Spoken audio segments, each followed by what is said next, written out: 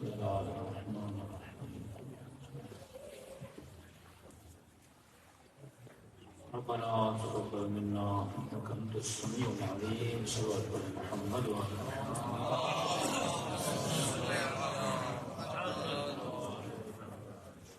بسم الله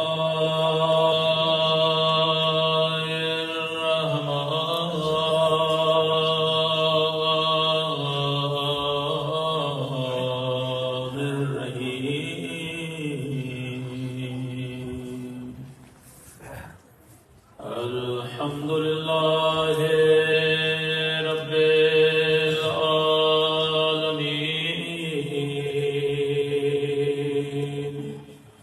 الحمد لله كما هو أهله. الصلاة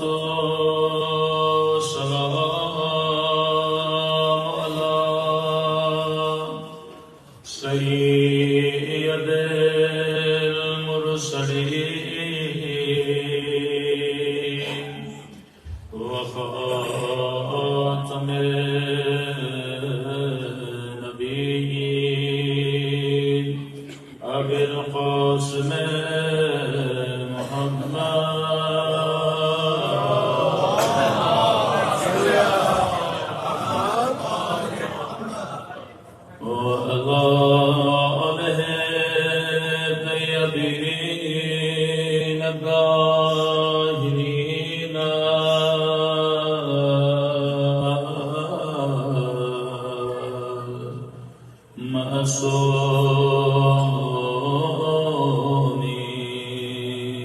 صبر کرتے مولا کے ظہور کی دعا. اللہم کل علیک حجت ابن حسن صلواتک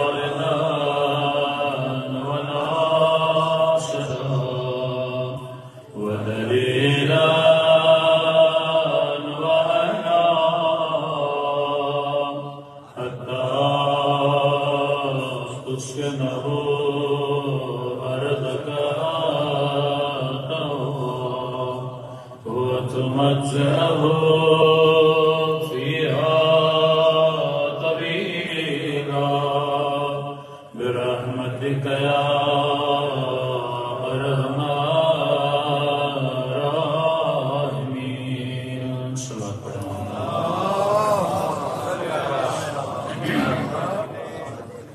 بسم الله الرحمن الرحيم. رب اشرح لي صدري ويسر لي أمري واحلل عقدة من لساني يفقهوا قولي.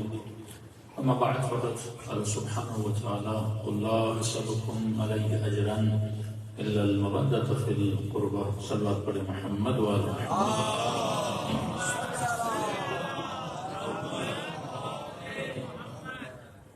دعا ہے رب ذوالجلال ہم سب کی عبادتوں کو اپنی بارگاہ عظیم قبول فرمائے اور جس مقصد زندگی کو لے کر فرش عزا پہ تشریف لاتے ہیں خدا ان مقاصد میں بھی ہم سب کو کامیابی نصیب فرما دیں. مسلسل آپ کی خدمت میں محبت اور اصول زندگی کے حوالے سے گفتگو ہو رہی ہے کہ کائنات کو خدا نے بغیر پلاننگ کے نہیں بنایا. یہاں کا پتا پتا بھی اگر خدا نے بنایا ہے تو اس کے پیچھے ایک بہت بڑی پلاننگ ہے. یعنی یہ نہیں کہ اچانک سے بارش ہوتی ہے، اچانک سے گرمی ہو جاتی ہے، یہ دن کا ہونا رات کا ہونا یہ سارا سسٹمیٹک ہے. خدا نے ایک خاص نظام کے تحت یہ نظام چلایا ہوا ہے. تو کیسے ممکن ہے کہ جس بڑے سے بڑے نظام کو بنایا گیا انسان کی خاطر، فرمائیے چرند و پرند، یہ قندیل شمس و قمر، یہ سب کچھ خدا نے بنایا ہے انسان کے لیے. اور خود اعلان کرتا ہے سخر لکم خلق لکم، میں نے کائنات کو مسخر کیا تمہارے لیے. میں نے پانی بنایا، سورج بنایا، کس کے لیے؟ تمہارے لیے. گویا یہ پوری کائنات ایک وجود کی خدمت کے لیے بنائی گئی، اور اس وجود کا نام ہے وجود انسان. اور انسان کو اگر بنایا تو کہا میں نے تجھے اپنے لیے بنایا. جب سورج کو بنایا تو کہا کہ تیرے لیے بنایا. جب زمین کو بنایا تو کہا کہ تیرے لیے بنایا. لیکن جب انسان کی بات آئی تو کہا کہ انسان کو میں نے بنایا تو اپنی عبادت کے لیے بنایا. تو اب یہ وجود ہے جو اللہ کی نگاہوں میں حامل اہمیت ہے. اس وجود نے اگر اللہ کی ساری نعمتوں سے فائدہ لیا لیکن اللہ کے مقصد کو پورا نہ کیا، تبھی اس وجود کو سزا بھی دی جاتی ہے، جزا بھی دی جاتی ہے. سزا اور جزا کا دار و مدار اس پر ہے کہ آپ ایک نعمت کا استفادہ کرو، لیکن جس وجہ سے اس نعمت کو دیا گیا تھا اس وجہ کو انسان پورا نہ کرے. اکثر نسلیں یہ سوال کرتی ہیں کہ بھائی وہ خدا جو غنی ہے، جس کو کسی بھی چیز کی ضرورت نہیں ہے، اس خدا غنی کو میری نماز کی ضرورت کیا ہے؟ اس خدا غنی کو میرے روزوں کی ضرورت کیا ہے؟ اور وہ یہ کہے کہ میں غنی مطلق ہوں، میں کسی کا محتاج نہیں ہوں، پھر میرے روزے نہ رکھنے کی وجہ سے مجھے مارتا کیوں ہے؟ پھر میری نماز نہ پڑھنے کی وجہ سے مجھے سزا کیوں ملتی ہے؟ ہوتا یہ ہے کہ جب آپ دو پہلو اپنے بچوں اپنی نسلوں کو بتاتے ہو، ایک طرف بتاتے ہو خدا ارحم الراحمین ہے، دوسری طرف یہ بولتے ہو کہ میرے نہ روزہ نہیں رکھو گے تو یہ سزا ملے گی، حجاب نہیں کرو گی تو یہ سزا ملے گی، نماز نہیں پڑھو گے تو یہ سزا ملے گی، تو آٹومیٹیکلی اس کے ذہن میں ایک سوال پیدا ہوتا ہے، وہ خدا جو غنی مطلق ہے، وہ خدا جسے کسی چیز کی ضرورت نہیں ہے، پھر میری نماز نہ پڑھنے پہ مجھے سزا کیوں دیتا ہے؟ پھر میرے روزے نہ رکھنے پہ مجھے سزا کیوں دیتا ہے؟ جبکہ ایک طرف کہے کہ میں ماں سے بھی زیادہ تجھ سے پیار کرتا ہوں، کیا بات کہ ہماری مائیں تو ہمیں اتنی سزائیں نہیں دیتی. یہ کیسا خدا ہے جو ماں سے بھی زیادہ پیار کرے اور یہ بولیں کہ نماز نہ پڑھنے کے نتیجے میں بندہ جہنم چلا جائے، روزہ نہ رکھنے کے نتیجے میں جہنم چلا جائے؟ کسی خاتون نے کہا مولانا ایک بال نکالنے سے کیا ہوتا ہے؟ اللہ کا کیا بگڑتا ہے اگر میرے چند بال کسی نامحرم نے دیکھ لیے؟ تو ان بالوں کی وجہ سے خدا مجھے سزا کیوں دے گا؟ سزا نماز نہ پڑھنے کی وجہ سے نہیں ہے، سزا روزہ نہ رکھنے کی وجہ سے نہیں ہے، سزا بدحجابی کرنے کی وجہ سے نہیں ہے. خدا ہر گناہ کو معاف کرتا ہے، نمک حرامی کو معاف نہیں کرتا. آپ بھی ایک بندے کی ہر خطا معاف کر دو، لیکن جس کو آپ نے اپنے گھر میں رکھا، جس کو آپ نے کھلایا، جس کو آپ نے پلایا، وہی بندہ آپ کے ساتھ خیانت کرے تو وہ گناہ بندہ معاف نہیں کرتا. ایک اصول بنایا قرآن میں، ہل جزاء الاحسان الا الاحسان، احسان کا بدلہ احسان سے چکایا کرو. آج کسی ان پڑھ بندے سے بھی پوچھو، اگر کوئی آپ کو ایک گلاس پانی کا بھی پلاتا ہے تو آپ اس کا ریٹرن اس کو تھینک یو بولتے ہو. کہ بچوں کو اس سوسائٹی میں بڑی آسانی سے سمجھا سکتے ہو، کوئی چیز مانگی جاتی ہے تو پلیز بولا جاتا ہے، جب وہ چیز دے دی جاتی ہے تو آپ اسے تھینک یو بولتے ہو. اگر کوئی آپ کو پانی کا گلاس پلا اور آپ تھینک یو نہ بولو تو اس بندے کو کتنا برا لگے گا. تو معصوم فرماتے خدا تم سے تھینک یو مانگتا ہے، جتنی نعمتیں اس نے دی وہ یہ چاہتا ہے کہ نعمتوں کے بدلے میں اللہ کا کیا ادا کرو؟ شکریہ ادا کرو. لیکن شکریہ ادا ویسے کرو جیسے اسے پسند ہے. یہ نہیں کہ میں کہوں جیسے میرے دل میں آئے گا، جب میرے دل میں آئے گا تب میں شکریہ ادا کروں گا. اس کی مثال میں کئی مجالس میں ایک چھوٹی سی قصے کی صورت میں دیتا ہوں کہ مثلا ایک غریب آدمی ہے جس کی تنخواہ، میں مثال دے رہا ہوں، جس کی تنخواہ مثلا مہینے کی تنخواہ 1500 پاؤنڈ ہے، 1000 پاؤنڈ ہے مثال کے طور پہ. اس کی بیٹی بیمار ہو گئی اور خرچہ اس کا اتنا تھا کہ بولا کہ اس کے آپریشن کے مثلا 2 لاکھ پاؤنڈ اس پہ خرچہ آئے گا. اب یہ بندے کے پاس پیسے نہیں ہیں، کرے تو کیا کرے؟ اسے پتا چلا کوئی سخی بندہ ہے جس کے در پہ جائیں تو ہمیں خالی ہاتھ نہیں لوٹائے گا. یہ اس سخی کے در پہ چلا گیا. اور اس سخی کو بولا کہ بیٹی بیمار ہے، 2 لاکھ پاؤنڈ کا خرچہ ہے، آپ ہماری مدد کر دیجیے۔ اب یہ سخی وہ سخی ہے جس سخی کو یہ پتا ہے کہ یہ غریب کو اگر پیسے دوں گا تو اس میں اتنی طاقت نہیں ہے کہ ریٹرن میں مجھے 2 لاکھ کیا کرے، واپس کرے، لیکن سخی بھی تھا، کریم بھی تھا، اس نے مجھے دے دیا بغیر اس کے کہ وہ پیسہ واپس کرے گا یا نہیں کرے گا۔ آپ نے $2 لاکھ لیے، بیٹی کا علاج کروایا، بیٹی ٹھیک ہو گئی۔ اب ایک سوال پیدا ہوتا ہے، وہ سوال یہ ہے جس نے آپ کے ساتھ احسان کیا ہے اس کے احسان کا بدلہ کیسے چکاؤ گے؟ 2 صورتیں ہیں۔ پہلی صورت یہ ہے کہ جو اس نے دیا ہے، 2 لاکھ پاؤنڈ دیا، اسے جا کر واپس کرو، پھر اس میں کوئی مٹھائی کا، فلاورز کی چیزیں لے جاؤ شکریہ ادا کرنے کے لیے کہ اس وقت میرے پاس پیسے نہیں تھے، آپ نے مجھے دے دیے، یہ آپ کے 2 لاکھ پاؤنڈ ہیں، اور ساتھ میں کوئی مٹھائی کا ڈبہ ہے، چند پھولوں کو بھی لے جاؤ اور اس کو تھینک یو بولو اور شکریہ ادا کرو۔ دوسرا طریقہ یہ ہے کہ بھائی میرے پاس 2 لاکھ پاؤنڈ نہیں ہے، اب یہ ہے کہ میں اس کے در پہ چلا جاؤں گا، بولوں گا جو آپ نے دیا وہ میں آپ کو دے نہیں سکتا، لیکن اب آپ جو بولو میں آپ کے لیے کرنے کے لیے تیار ہوں۔ آپ بولیں تو ڈیلی 2 گھنٹے آپ کے لیے نکالوں، گھر کی صفائی کر دوں، آپ بولیں تو آپ کے بچوں کی خدمت کر دوں، آپ بولیں تو آپ کا مثلاً ڈرائیور بن جاؤں، کیونکہ آپ نے میری بچی کی جان بچائی ہے، لہٰذا آپ جو بولے میں کرنے کے لیے تیار ہوں۔ اب یہاں پہ معصوم امام فرماتے یہ سوچ کہ اللہ نے تجھے کیا کیا دیا۔ اس نے بولنے کے لیے زبان دی، دیکھنے کے لیے آنکھیں دی، سوچنے کے لیے ذہن دیا، دانت کھانے کے لیے، ٹانگیں چلنے کے لیے، شکم، یعنی کیا کچھ خدا نے تجھے نہیں دیا۔ آج جتنا کچھ تم نے مال و منال جمع کیا ہے وہ اللہ کے دیے ہوئے اعضاء اور جوارے سے جمع کیا ہے۔ اگر خدا حافظہ نہ دیتا، اگر خدا میموری نہ دیتا، 5 منٹ کے لیے سوچا کہ دار جعفریہ میں آ گئے، لیکن واپسی کے وقت اگر یہ بھول جاؤ کہ گھر کا ایڈریس کیا ہے تو اسی ادارے میں ہی گھومتے رہو گے، لیکن یہ یاد رکھنا کہ میں کہاں آیا ہوں اور واپسی گھر کہاں جانا ہے، یہ میموری کس نے دی؟ پروردگار عالم نے دی۔ تو کہا 2 ہی راستے ہیں، معصوم فرماتے ہیں۔ پہلا راستہ یہ ہے کہ جو خود اس نے دیا ہے اسے واپس کر۔ اب کہا کہ مولا یہ تو ہو نہیں سکتا، کیونکہ جو کچھ اس نے مجھے دیا ہے اگر اسے واپس بھی کروں گا تو اسی کا ہی ہے، میرا تو کچھ بھی نہیں ہے۔ آنکھیں بھی اس کی دی ہوئی، زبان بھی اس کی دی ہوئی، کان بھی اس کے دیے ہوئے، ہاتھ بھی اس کے دیے ہوئے، قدم بھی اس کے دیے ہوئے، شکم بھی اس کی دی ہوئی، میں واپس کروں تو کیا کروں؟ میرے پاس تو کچھ بھی نہیں ہے۔ ایک بندہ ناز کر کے اللہ کو مال دے کہ اللہ کی راہ میں ادارے میں 20 پاؤنڈ جمع کروا دیے تو تم نے رب پہ بڑا احسان کر دیا۔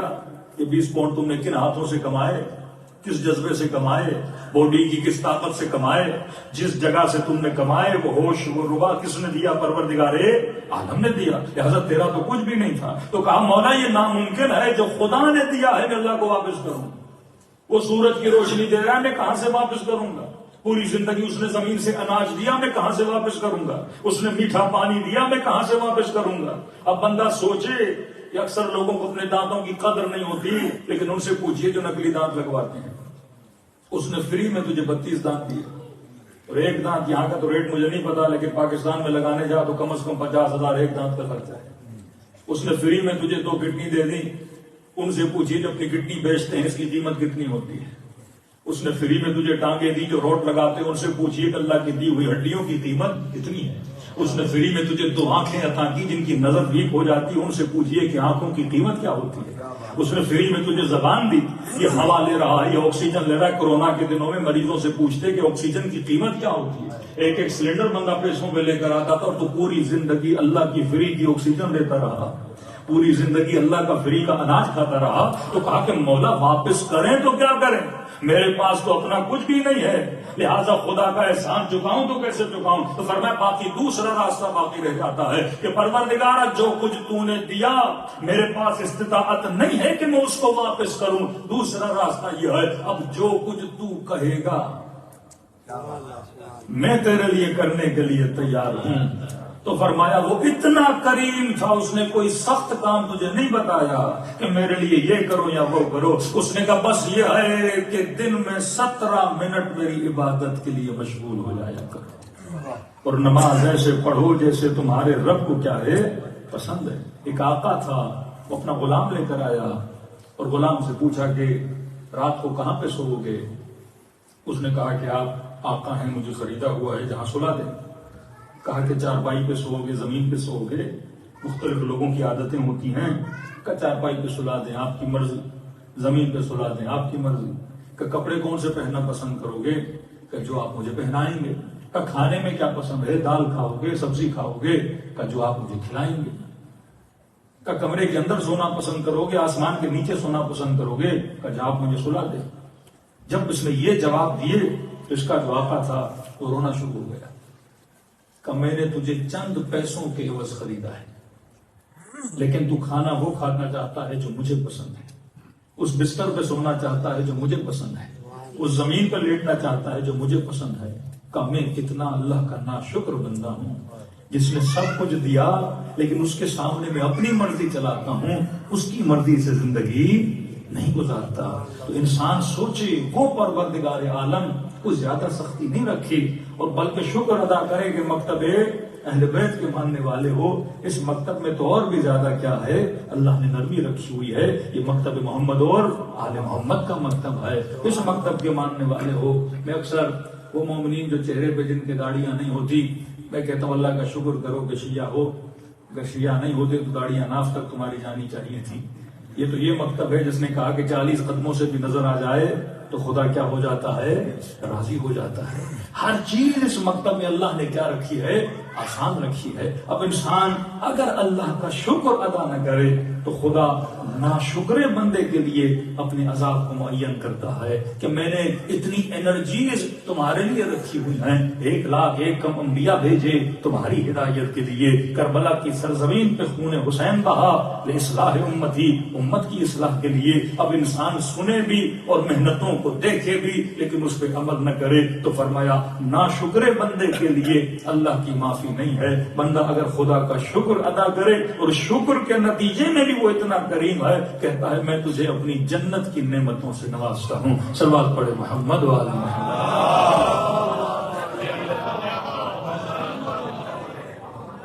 کل ہم نے عرض کیا کہ اہل بیت کی زندگی کے 3 پہلو ہیں، لیکن ہر چیز کو فالو کرنے کا معیار کیا ہے، محبت ہے۔ آپ کے دل میں تب تک کسی چیز کی اٹریکشن پیدا نہیں ہو سکتی جب تک اس چیز کی محبت نہ ہو۔ کہ مثلا مسیحی کی اٹریکشن چرچ کے لیے ہے، مسلمان کی اٹریکشن مسجد کے لیے ہے، ہندو کی اٹریکشن مندر کے اندر ہے۔ یہ مندر کیوں جاتا ہے؟ کیونکہ بدھ کی محبت ہے۔ یہ مسجد کیوں جاتا ہے؟ کیونکہ خدا کی محبت ہے۔ اور وہ آج چرچ کیوں جا رہا ہے؟ کیونکہ حضرت عیسیٰ کی محبت ہے۔ تو جس کی محبت ہوتی ہے اس کے لیے ہمارا کھنچاؤ پیدا ہوتا ہے۔ محبت بری نہیں، جب محبت بس جاتی ہے تو ہر انسان کا ریئیکشن اس محبت کے لیے سیم ہوتا ہے۔ ایک بندہ شاید کربلا جانے کے لیے لاکھ محنتیں کرے کہ میں حرم امام حسین تک پہنچ جاؤں، اور دوسرا بندہ شاید کیٹو کی پہاڑی پہ چڑھنے کے لیے، کسی بلندی پہ جانے کے لیے اتنا پاگل ہو کہ میں وہاں پہنچ جاؤں۔ ایک آدمی راہ خدا میں اپنی ٹانگ کو شاید ضائع کروا دے، اور کئی لوگ آپ نے دیکھے ہوں گے ان سردیوں میں پہاڑوں پہ چڑھتے چڑھتے اپنی ٹانگوں کو ضائع کروا دیتے ہیں۔ کریز وہی ہوتا ہے، پاگل پن وہی ہوتا ہے۔ پہنچنے کے بعد وہ خوشی، وہ اطمینان اس کو وہی ملتا ہے کہ گویا اس نے بہت بڑا گول اچیو کر لیا ہے اس چیز کو حاصل کرنے کے بعد۔ لیکن وہ اچیومنٹ جو اس کو ملی ہے کیا وہ عاقلانہ ہے؟ اللہ کہتا ہے محبت کر، کیونکہ جذبہ محبت میں نے تجھے دیا ہے۔ بھوک کا جذبہ میں، اللہ کھانے سے منع نہیں کرتا لیکن کہتا ہے کھاؤ، حلال کھاؤ۔ لباس پہننے سے منع نہیں کرتا، کہتا ہے پہنو، حیا کا لباس پہنو۔ کتاب پڑھنے سے، علم حاصل کرنے سے منع نہیں کرتا لیکن کہتا ہے علم نافع حاصل کرو۔ ایسا علم حاصل نہ کرنا جس میں نہ دنیا کا فائدہ ہو نہ آخرت کا فائدہ ہو۔ 24 گھنٹے بندہ ناولز پڑھتا رہے، بھائی کیا فائدہ ناول پڑھنے سے؟ نہ دنیا کا فائدہ نہ آخرت کا فائدہ۔ یہ جتنے ڈرامے، جتنی فلمیں ہیں، اب بندہ 10 منٹ، 15 منٹ، آدھا گھنٹہ اپنی ذہنی انٹرٹینمنٹ کو بنانے کے لیے اگر دیکھتا ہے تو صحیح ہے، لیکن اگر سیریز پہ سیریز ہی دیکھتا رہے اور زندگی کے مثلا 2 سال اس کے ڈراموں پہ لگ جائیں، اس سے تمہیں کیا ملا؟ نہ دنیا بنی نہ آخرت بنی۔ کوئی گیم بھی کھیلتے ہو، بندہ فٹ بال کھیلے، کرکٹ کھیلے، لیکن یہ سوچے کہ اس سے میرے جسم کو فائدہ ہونا ہے، میں اسمارٹ بنوں گا، اس سے میری باڈی کو فائدہ ہونا ہے، میری چربیاں گل جائیں گی، مجھے ہیلتھ وائز اس کا بہت بڑا فائدہ ہوگا، لیکن صبح سے شام تک ہی کھیلتا رہے تو یہ نافع ورزش نہیں ہے، یہ نافع اسپورٹ نہیں ہے۔ کرو ہر چیز کو لیکن اپنی لمٹ میں کرو. اس نے اپنی عبادت بھی اگر انسان کو بولی ہے تو 17 رکعت بولی ہے. اگر وہ چاہتا تو بولتا دن میں 1000 رکعت نماز پڑھو، لیکن نہیں بولا پروردگار عالم نے کہ نماز بھی ہے تو 17 رکعت ہے، روزے بھی ہیں تو سال میں 30 روزے ہیں. اگر تو زیادہ رکھنا چاہتا ہے، ثواب کمانا چاہتا ہے، میں نے تجھ پہ پابندی نہیں ڈالی تو زیادہ ثواب کو کما سکتا ہے. لیکن یہ نظم الہی بتاتا ہے عبادت اپنے ٹائم پر، کام اپنے ٹائم پر، نیند اپنے ٹائم پر، ہر چیز کو اپنے وجود کے اندر سنبھال کے رکھا کرو. نہ افراط میں جایا کرو نہ تفریط میں جایا کرو، نہ اتنی ایکسٹریم لیول پہ جایا کرو کہ رسول کو پتا چلا یا رسول اللہ کچھ ایسے جوان ہیں جنہوں نے خود کو گھروں کے اندر بند کر دیا، کاروبار چھوڑ دیا ہے، کہتے ہم تو عباد اللہ ہیں، ہم تو عباد الصالحین ہیں، ہم تو زہاد ہیں، ہم تو صبح سے شام تک نمازیں پڑھیں گے، عبادت میں مشغول رہیں گے. رسول خدا نے کہا واللہ ایسے لوگ اللہ کی عبادت کرنے والے نہیں ہوتے. جو شادیاں نہ کریں، جو بیوی بچوں کے لیے کمانے نہ جائیں، جو صبح سے شام تک مصلی پہ بیٹھے. اور وہ امیر المومنین کے جملے جو اتنے سخت جملے تھے کہ کچھ لوگ ایسے جو مسجدوں میں آ کے بیٹھ گئے، بولا پہلے دن آئے صبح سے شام تک مسجد میں عبادت، اگلے دن آئے پھر دیکھا عبادت، تیسرے دن آئے پھر دیکھا عبادت، چوتھے دن آئے پھر دیکھا عبادت، صبح شام رات جب دیکھیں یہ مسجد میں بیٹھے ہوئے ہیں. فرمایا سلمان یہ کون ہیں؟ کہ مولا یہ عباد اللہ ہیں، یہ اللہ کی عبادت کرنے والے ہیں. کہیں کا کوئی کام نہیں ہے؟ کہ کام یہی تو ہے کہ صبح سے شام تک نمازیں پڑھتے رہتے ہیں. کہ کمانے ومانے نہیں جاتے؟ کہ نہیں مولا. کہ پھر کھانا کہاں سے ملتا ہے؟ کہ یہ اتنے نیک بندے صالح بندے ہم ان کے لیے کھانا لاتے ہیں، یہ پورے محلے والے کھانا جمع کر کے ان کے لیے لاتے ہیں، یہ روٹی کھاتے ہیں پھر مصلی پہ عبادت کرتے ہیں. وہ سخت جملے امیر المومنین نے فرمایا مدینے کی گلیوں کے کتے ان سے بہتر ہیں جو کم از کم اپنی روزی کی تلاش کے لیے تو نکلتے ہیں.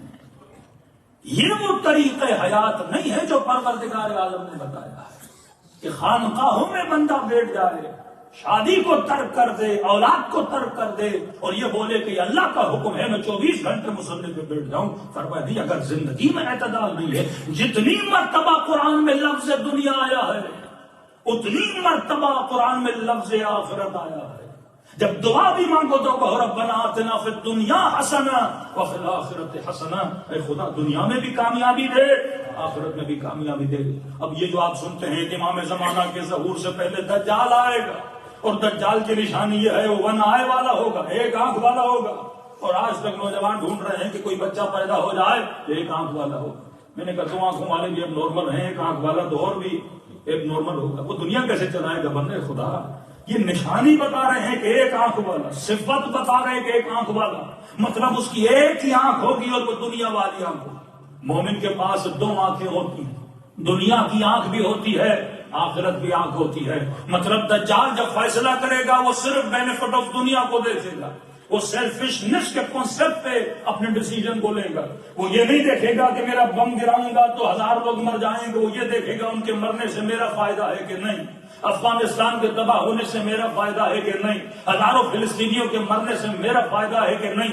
آج جتنے بھی دنیا کے ملک ہیں جب وہ ڈیسیجن لیتے ہیں تو وہ سیلف بینیفٹ کی بنیاد پہ ہوتا ہے، سیلفشنس کے تصور کی بنیاد پہ ہوتا ہے کہ میرا گھر بچ جائے لیکن اگلے کا گھر تباہ ہوتا ہے تو ہو جائے، میرا بچہ ترقی کر جائے لیکن اگلے کا بچہ تباہ ہوتا ہے تو ہو جائے. اور آئیے کربلا اس کے برعکس ہے، میرا اکبر جاتا ہے تو جائے لیکن تمہارے اکبر بچ جائیں، میری سکینہ جاتی ہے تو جائے لیکن تمہاری بچیوں کے پردے بچ جائیں، میری زینب قربان ہوتی ہے تو ہو جائے لیکن تمہاری ماں بہنوں کے سروں کے چادر اور حیا اور عفت بچ جائے. یہ تصور ہے. سیدہ فرماتی میرا پہلو رہے نہ رہے لیکن ولایت باقی رہے.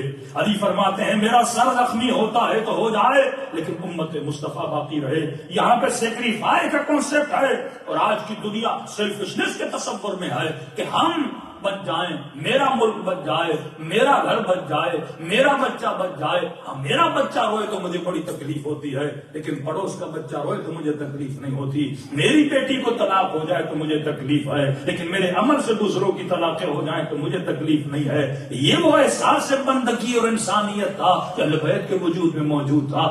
اپنے بچے بھوکے تھے لیکن مدینے کی گلیوں میں یتیموں کو کھلانے کے لیے جا رہے ہیں. اپنے سفرے پر تمنا کی کہ کچھ کھاؤں، اور امام حسن فرما دیتے میں دنوں کے بعد کباب میں بابا کے لیے لے کر آیا، لیکن آواز آئی ہے کوئی ہم اس بھوکے کو کھلانے والا؟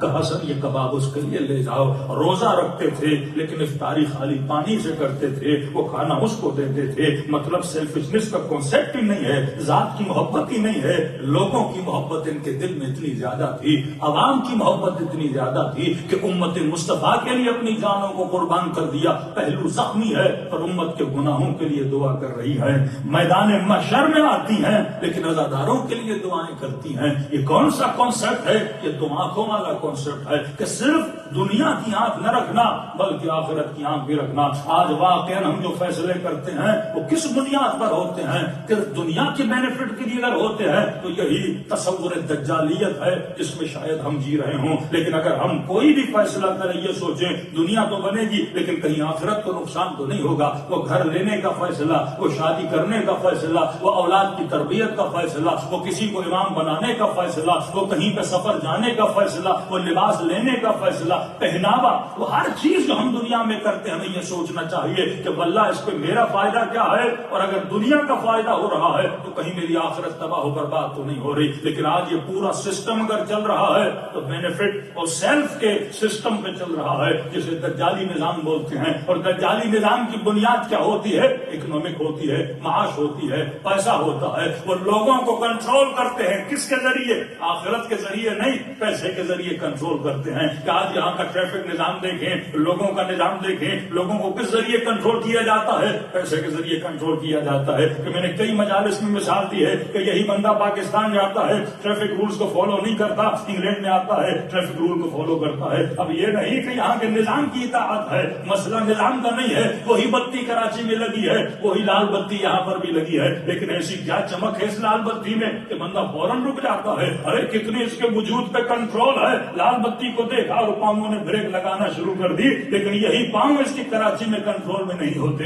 یہی وجود اس کا گناہ کرتے وقت اس کے کنٹرول میں نہیں ہوتا، لیکن ایک لال بتی اس کے پورے وجود کو کنٹرول کر رہی ہوتی ہے۔ ارے یہ لال بتی کا کنٹرول نہیں ہے، یہ اس فائن کا کنٹرول ہے جو اس کے گزرنے کے نتیجے میں اس کے گھر پہ وہ ٹکٹ آ جائے گا کہ ایک لال بتی سے گزرو گے 90 پاؤنڈ کا جرمانہ لگ جائے گا۔ تو یہ 90 پاؤنڈ کی محبت ہے جو اسے روک رہی ہے۔ تو میرے وجود کو محبت کنٹرول کرتی ہے۔ سوال یہ ہے وہ خدا کی محبت کنٹرول کر رہی ہے یا مال دنیا کی محبت کنٹرول کر رہی ہے؟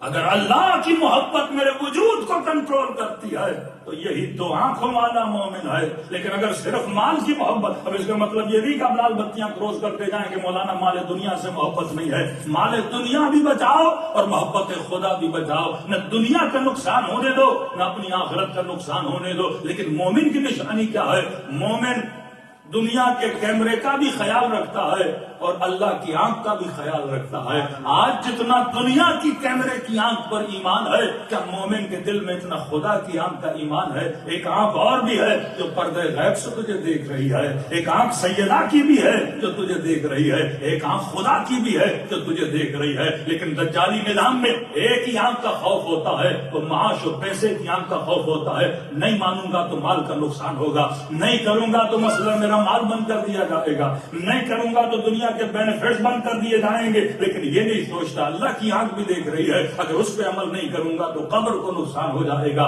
آخرت کو نقصان ہو جائے گا۔ تو فرمایا مومن دو آنکھوں والا ہوتا ہے، اور جو نظام دجال میں رہتا ہے وہ صرف ایک آنکھ پہ بلیو رکھتا ہے۔ اب عقل مند انسان جس نے معاد کو مانا ہے، معاد کا مطلب یؤمنون بالغیب، پر مومن ہو ہی نہیں سکتا اگر غیب پر ایمان نہ ہو۔ غیب مطلب جو نظر نہیں آ رہا لیکن وجود رکھتا ہے، جسے تو دیکھ نہیں رہا پر تجھے دیکھ رہا ہے، جسے شاید تو محسوس نہ کرے لیکن وہ تیرے وجود کو محسوس کرواتا ہے۔ وہ وجود پروردگار عالم ہے، یہ اللہ کی آنکھ ہے جو تجھے دیکھ رہی ہے، اور اسی آنکھ کو تو نے مضبوط کرنا ہے، تب تمہاری دنیا بھی آباد ہوگی، آخرت بھی آباد ہوگی۔ صلوات پڑھے محمد وعلیہ۔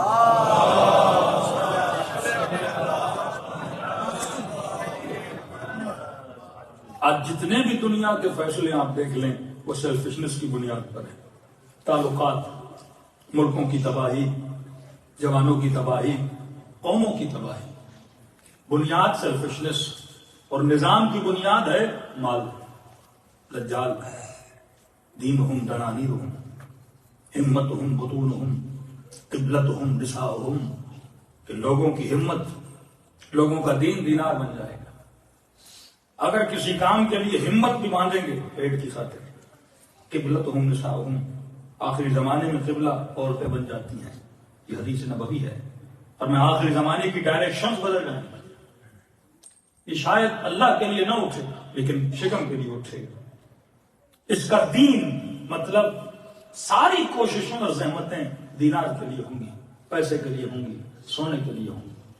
آج واقعہ دیکھ لیں، ملک تباہ کیے جا رہے ہیں پیسے کی خاطر۔ آج کیوں اسلامی ملک ایک سالڈ ڈیسیجن نہیں لے پا رہے؟ پتا ہے کیا بند کر دیا جائے گا؟ پیسہ بند کر دیا جائے گا، عیاشیاں بند ہو جائیں گی، جو رشوتیں دی جاتی ہیں، جو مزے لوٹے جاتے ہیں وہ بند ہو جائیں گے۔ اور اگر کوئی ان کی بات کو نہیں مانتا تو دجال کیا کرتا ہے؟ اسی پیسے کو بند کرتا ہے۔ جو لفظ ہے سینکشن، سینکشن میں کیا سینکشن ہوتا ہے؟ کوئی دین کو سینکشن کیا جاتا ہے یا مال کو سینکشن کیا جاتا ہے؟ ایل سیز بند کی جاتی ہیں، بینکنگ سیکٹر کو بند کر دیا جاتا ہے، امپورٹ ایکسپورٹ کا بزنس بند کر دیا جائے گا۔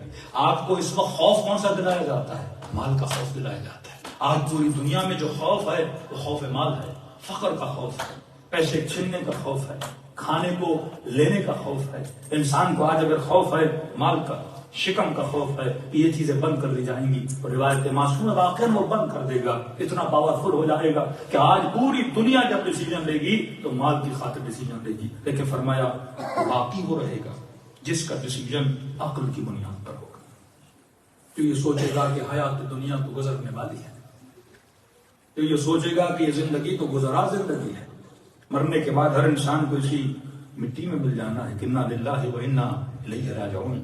جو چیز جہاں بنی ہے وہیں پہ مل جاتی ہے۔ جسم میرا مٹی سے بنا، مٹی میں مل جائے گا، میری روح جہاں سے آئی تھی وہیں پہ پلٹ کے چلی جائے گی۔ تو وہ جسم جس نے مٹی میں مل جانا ہے اس کے لیے میں اتنی زحمتیں اٹھاتا ہوں، اٹھانی چاہیے۔ جسم کی ضرورتوں کو بھی پورا کرنا باعث عبادت ہے۔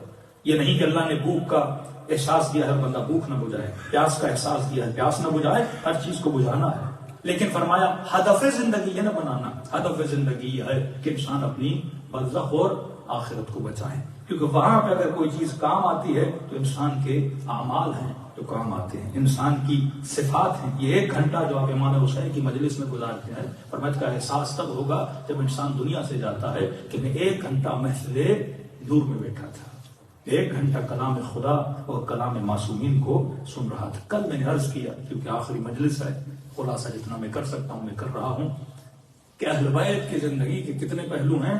3 پہلو ہیں، وہ نبی ہوں یا امام ہوں۔ پہلا پہلو اہل بیت کی زندگی کا یہ ہے، سمجھو 3 اینگل نکلتے ہیں، 3 شیڈو ہیں۔ پہلی چیز جو اہل بیت کی زندگی میں نظر آتی ہے وہ ان کے معجزات ہیں۔ خیبر کو فتح کیا، خندق کو فتح کیا، شجاع تھے، پانی پہ چلتے تھے، ٹھوکر سے مردے کو زندہ کرتے تھے، اپنی انگلی کے اشارے سے سورج کو پھٹایا۔ حضرت ابراہیم کے معجزے، حضرت آدم کے معجزے، سارے معجزے جو انبیاء کے پڑھتے ہیں، یہ ایک خاص ان کی زندگی کا پہلو ہے۔ لیکن یہ دیکھا جائے کہ اس پہلو کا پریکٹیکلی، عملی میری زندگی میں کیا میں اس کو پریکٹیکلی اپنی زندگی میں لا سکتا ہوں؟ کہ مثلا امیر المومنین مردے کو زندہ کرتے تھے، کیا میں مردے کو زندہ کر سکتا ہوں؟ نہیں۔ وہ سورج کو پلٹاتے تھے، کیا میں پلٹا سکتا ہوں؟ نہیں۔ وہ چاند کے 2 ٹکڑے کرتے تھے، میں کر سکتا ہوں؟ نہیں۔ دوسرا پہلو اہل بیت کی زندگی کا، وہ اپنے زمانے میں کون سے کپڑے پہنتے تھے، ان کے گھر کیسے تھے۔ کراچی میں ایک ٹویٹ چلا، اب ہوتا یہ ہے کہ بعض کام ہم کرتے ہیں ہمیں پسند ہے، اب ہم کہتے ہیں کہ اہل بیت نے بھی کیے ہیں۔ تو کسی نے کہا مولانا یہ نئی روایت مارکیٹ میں چل رہی ہے۔ دیکھیے کئی کام آپ کرتے ہیں شرعاً گناہ نہیں، آپ کرو۔ کئی لوگ ہیں دھاگے باندھتے ہیں، کڑے باندھتے ہیں، کانوں میں بالیاں بوندیاں، شرعاً حرام نہیں بتا کر سکتے، کوئی بات نہیں۔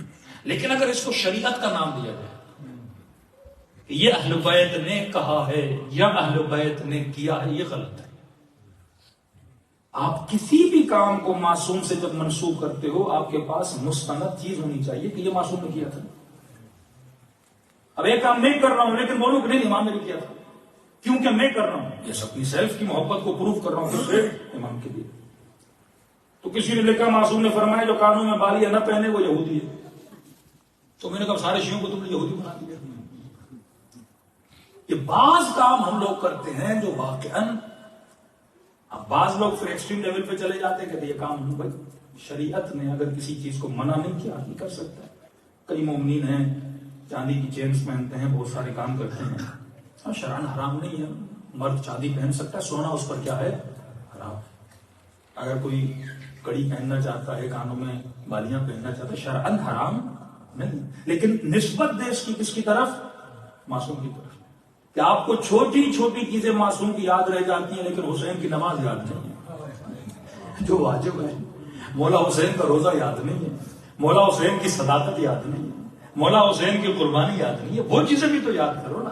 ان چیزوں کو اپنی نسلوں میں ہائی لائٹ کرو جو واجبات ہیں. اور یہ فرمانے معصوم فرماتے ہیں آخری زمانے میں لوگوں کی مستحبات پہ بڑی پکڑ ہوگی لیکن واجبات کو کیا کر دیں گے؟ ترک کر دیں گے. میں نے دیکھا ہے بعض لوگوں کو کہ زیارت عاشورہ اس بندے کی قضا نہیں ہوگی، یعنی واجب کر دیا اس نے کہ میں نے ڈیلی زیارت عاشورہ پڑھنی ہے لیکن نماز بندے کی قضا ہو جاتی ہے. آیت الکرسی اس کی قضا نہیں ہوتی، وہ تو پڑھتا ہے لیکن روزہ جناب نہیں رکھتا، وہ قضا ہو جاتا ہے. یہ آخری زمانے کی نشانی ہے کہ بندہ مستحب کاموں میں خود کو بہت زیادہ انوالو کر لے گا لیکن واجب کو ترک کر دے گا. مستحب کی ویلیو تب ہے کہ بندہ واجب کو کیا کرے؟ ادا کرے. اب بندہ بغیر وضو کے نماز پڑھتا رہے، اس نماز کا فائدہ کیا؟ نماز بھی تب قبول ہوتی ہے جب اس کے مقدمے کو کیا کیا جائے؟ انجام دیا جائے. تو کئی لوگوں کی توجہ ان چیزوں پر ہے. یا آپ کو زیادہ تر نظر آتا ہوگا وہاں پر سعودی عرب میں زیادہ نظر آتی ہے. آج ایک مومن ملا کہ ہمارے آفس میں بحث ہو گئی تو ایک انگریز تھا، اس نے دونوں مسلمان تھے، کہ شیعہ مسلم تھا، وہ کوئی سامنے وہابی مسلم تھا. تو کہا کہ آپ کے کتنے بچے ہیں؟ انہوں نے کہا ہمارے 2-3 بچے ہیں. کب آپ کے بچے پیدا ہوئے؟ اس نے کہا فلاں تاریخ کو میرے بچے پیدا ہوئے. تو کہا اس خاتون نے کہا تو کل تو آپ کی بچی کا برتھ ڈے ہے. تو اس نے کہا تو کہا کہ آپ اپنی بچی کے لیے کیک نہیں لے کر جاؤ. کہیں ہم کیک نہیں لیتے. کیوں نہیں لیتے؟ کیک بدعت ہے. کیوں بدعت ہے؟ نبی نے کیک نہیں کاٹا تھا. تو وہ پریشان ہو گئی، مجھے پوچھنے لگی واقعی بدعت ہے؟ تو کہتا میں نے کہا نہیں، ان کا اسلام بنایا ہوا ہے، اللہ کا اسلام بنایا ہوا نہیں. تو پھر اس کے ہاتھ میں سیمسنگ موبائل تھی اور میں نے کہہ دیا کہ نبی کیا ہے، کبھی موبائل یوز کیا تھا نبی نے؟ تو تم نے ہاتھ میں موبائل کیوں رکھا؟ یہ بھی کیا ہے؟ بدعت ہے. یہ ظواہر پرست. تو پھر تو کل میں نے مثال دی تھی، بریانی کھانا بھی بدعت، نہاری کھانا بھی بدعت، پیزا کھانا بھی بدعت، برگر کھانا بھی بدعت. بندے خدا زندگی کیسے جیو گے؟ ایک انسان کو تو اسلام کے دائرے میں لانا چاہتا ہے لیکن تو چھپا کے جائے کہ نبی نے اپنے زمانے میں یہ نہیں کیا تھا. بھائی نبی وہی کرے گا جو زمانے میں چیزیں اویلیبل تھیں. اگر آج رسول خدا آ جائے کہ موبائل کا استعمال نہیں کریں گے. کئی لوگ تو امام زمانہ آئیں گے گھوڑے پہ آئیں گے. میں نے کہا تم سب گاڑیوں میں چلو گے، امام کیا گھوڑے پہ آگے چلیں گے؟ اپنے زمانے کی ٹیکنالوجی کو استعمال کریں گے. کیا منع ہے؟ یہ لوہا کس نے بنایا؟ اللہ نے بنایا. مشینری کس نے بنائی؟ اللہ نے بنائی. اپنے زمانے کی ٹیکنالوجی جو ان کے زمانے میں اس کو کیا کر رہے تھے؟ استعمال کر رہے تھے. آج کے زمانے میں اگر مولا کا ظہور ہوتا ہے تو اپنے زمانے کی وہ چیزیں جو شرعاً حلال ہیں ان کو کیا کریں گے؟ استعمال کریں گے. لیکن خاص طبقہ ہے جو ان چیزوں سے لپٹ گیا ہے، چپک گیا ہے، جن کا پریکٹیکلی میری زندگی میں کچھ لینا دینا نہیں ہے. پہلی چیز ان کے معجزے، میں معجزے نہیں کر سکتا. دوسری چیز اہل بیت علیہ الصلوۃ والسلام اپنے زمانے میں جیسی زندگی گزارتے تھے، جیسے کپڑا پہننا ہے، گھروں کی بناوٹ ہے، ان کی سواریاں ہیں، ان کے اپنے زمانے کے کھانے ہیں. عربستان بہت گرم تھا، ہمیشہ سفید کپڑا پہنا جاتا تھا. سفید کپڑا گرمی میں اچھا ہوتا ہے. کالے کپڑے کو مکروہ قرار دیا گیا کیونکہ کالا گرمی کو اپنی طرف کھینچتا ہے، سفید گرمی کو اپنے سے کیا کرتا ہے؟ دور کرتا ہے. اپنے زمانے کے حساب سے انہوں نے کئی چیزیں بتائیں. اس زمانے کے وہاں پر جو ٹیمپریچر تھا اس کے حساب سے اہل بیت نے چیزیں بتائی ہیں. پریکٹیکلی میرے لیے ممکن نہیں میں ویسا گھر بناؤں جیسا رسول کا گھر بنا ہوا تھا. پریکٹیکلی میرے لیے ممکن نہیں ویسے کھانے کھاؤں جیسے کھانے اس زمانے میں تھے. تیسری چیز ہے اہل بیت کے بتائے ہوئے اصول جو پریکٹیکلی میری زندگی میں کر سکتا ہوں. اب یا رسول اللہ کھانا کون سا کھاؤں؟ اصول بتایا، رول بتایا کہ کھانا وہ کھاؤ جو حلال ہو، جو طیب ہو، جو طاہر ہو. یا رسول اللہ لباس کون سا پہنوں؟ کہا جو لباس عفت ہو، لباس حیا ہو. اب وہ لباس پاکستانی اگر لباس میں حیا ہے وہ لباس پھر ہے. اگر مثلا ویسٹرن کپڑے پہن رہے ہو لیکن اس میں حیا ہونا چاہیے. اگر اس میں حیا نہیں ہے، بندے کی پیٹھ نظر آ رہی ہے، بندے کی ٹانگیں نظر آ رہی ہیں، لباس اتنا تنگ ہے کہ جسم حیا ہو رہا ہے، تو یہ لباس حیا نہیں ہے. مطلب ایسا لباس پہنے. کتنی تبلیغ کی جاتی تھی کہ شلواریں ٹخنوں سے اوپر ہونی چاہیے. اب یہ بھی کنفیوژن ہے مختلف احادیث روایات میں. اب میں نے کسی سے کہا کہ آپ شلوار ٹخنوں سے اوپر کیوں رکھتے ہیں؟ کہا نبی کی حدیث ہے کہ شلواریں ٹخنوں سے اوپر رکھی جائے. میں نے کہا رسول کے زمانے میں تو شلوار تھی نہیں، شلواریں تو آج کی پیداوار ہے. آج بھی آپ دبئی چلے جائیں، گلف کنٹریز میں عرب جو بڑا جبہ داشا پہنتے ہیں اس کے نیچے وہ دھوتی ٹائپ ایک چیز ہوتی ہے. وہ عرب میں شلوار کا کانسیپٹ نہیں تھا. وہ کیا پہنتے تھے؟ دھوتی ٹائپ چیز پہنتے تھے. اور حدیث روایت یہ ہے کہ جو امیر عرب تھے وہ اپنی امیری کو دکھانے کے لیے بڑے بڑے جبے پہنتے تھے. آپ نے دیکھا ہوگا آج کل جو بعض دلہنیں ہوتی ہیں جو پیچھے سے بہت بڑا پلو ہوتا ہے، لمبا ہوتا ہے، چلتے چلتے وہ زمین سے کیا ہوتا ہے؟ رینگتا ہوا جاتا ہے. وہ اپنی امیری کو دکھانے کے لیے قمیصوں کو بڑا کرتے تھے، اور جب گلیوں میں مدینے کی چلتے تھے وہ کپڑا رینگتا ہوا جاتا تھا. تب اللہ نے مذمت کی کہ کبھی بھی ریاکاری، عیاری نہ کیا کرو. اپنے امیری کو دکھا رہے ہو تب حکم ملا کہ اپنے دشداشوں کو کیا کر دو؟ چھوٹا کر دو. اس دن کے بعد سب کے دشداشے مطلب فرق ختم ہو گیا کہ جناب امیر کون ہے، غریب کون ہے. یعنی امیروں کی نشانی تھی. کبھی عورتیں اپنے وجود کو دکھانے کے لیے اپنے سروں پہ جو جوڑا باندھتی تھی بہت بڑا باندھتی تھی. پھر رسول نے فرمایا کہ اپنے سروں کو عورتوں کو کہا کہ اونٹوں کی کوہان کی طرح بڑا نہ کیا کرو. مطلب کوئی بھی ایسا کام، کوئی بھی ایسا عمل جس سے میں 4 لوگوں کے بیچ میں یونیک نظر آؤں وہ منع ہے. مطلب میں اظہار وجود کرنے لگوں کہ کسی نے ایسا کام نہیں کیا لیکن میں کروں، میں یونیک لگوں. عورتیں بعض اپنے پاؤں میں پازے باندھ کے چلتی تھی، گلیوں سے چلتی تھی تو چھن چھن کی آواز آتی تھی. منع کیا ایسا کام نہ کرو. ایسی خوشبو نہ لگایا کرو جس سے نامحرم تمہاری طرف کیا ہو؟ اٹریکٹ ہو. اللہ معلوم بھی نہیں آپ خدا نیت کو پڑھتا ہے. اگر میں گھر سے بن کے سنور کے اسی لیے نکل رہا ہوں کہ 4 لڑکیاں مجھے دیکھیں تو یہ بننا سنورنا کیا ہے؟ گناہ ہے. کئی نوجوانوں کو میں کہتا ہوں مسلح پہ اتنا کھڑا نہیں ہوتے جتنا آئینے پہ یونیورسٹی جانے سے پہلے کھڑے ہو جاتے ہیں. صلوات پڑھیں محمد و آل محمد.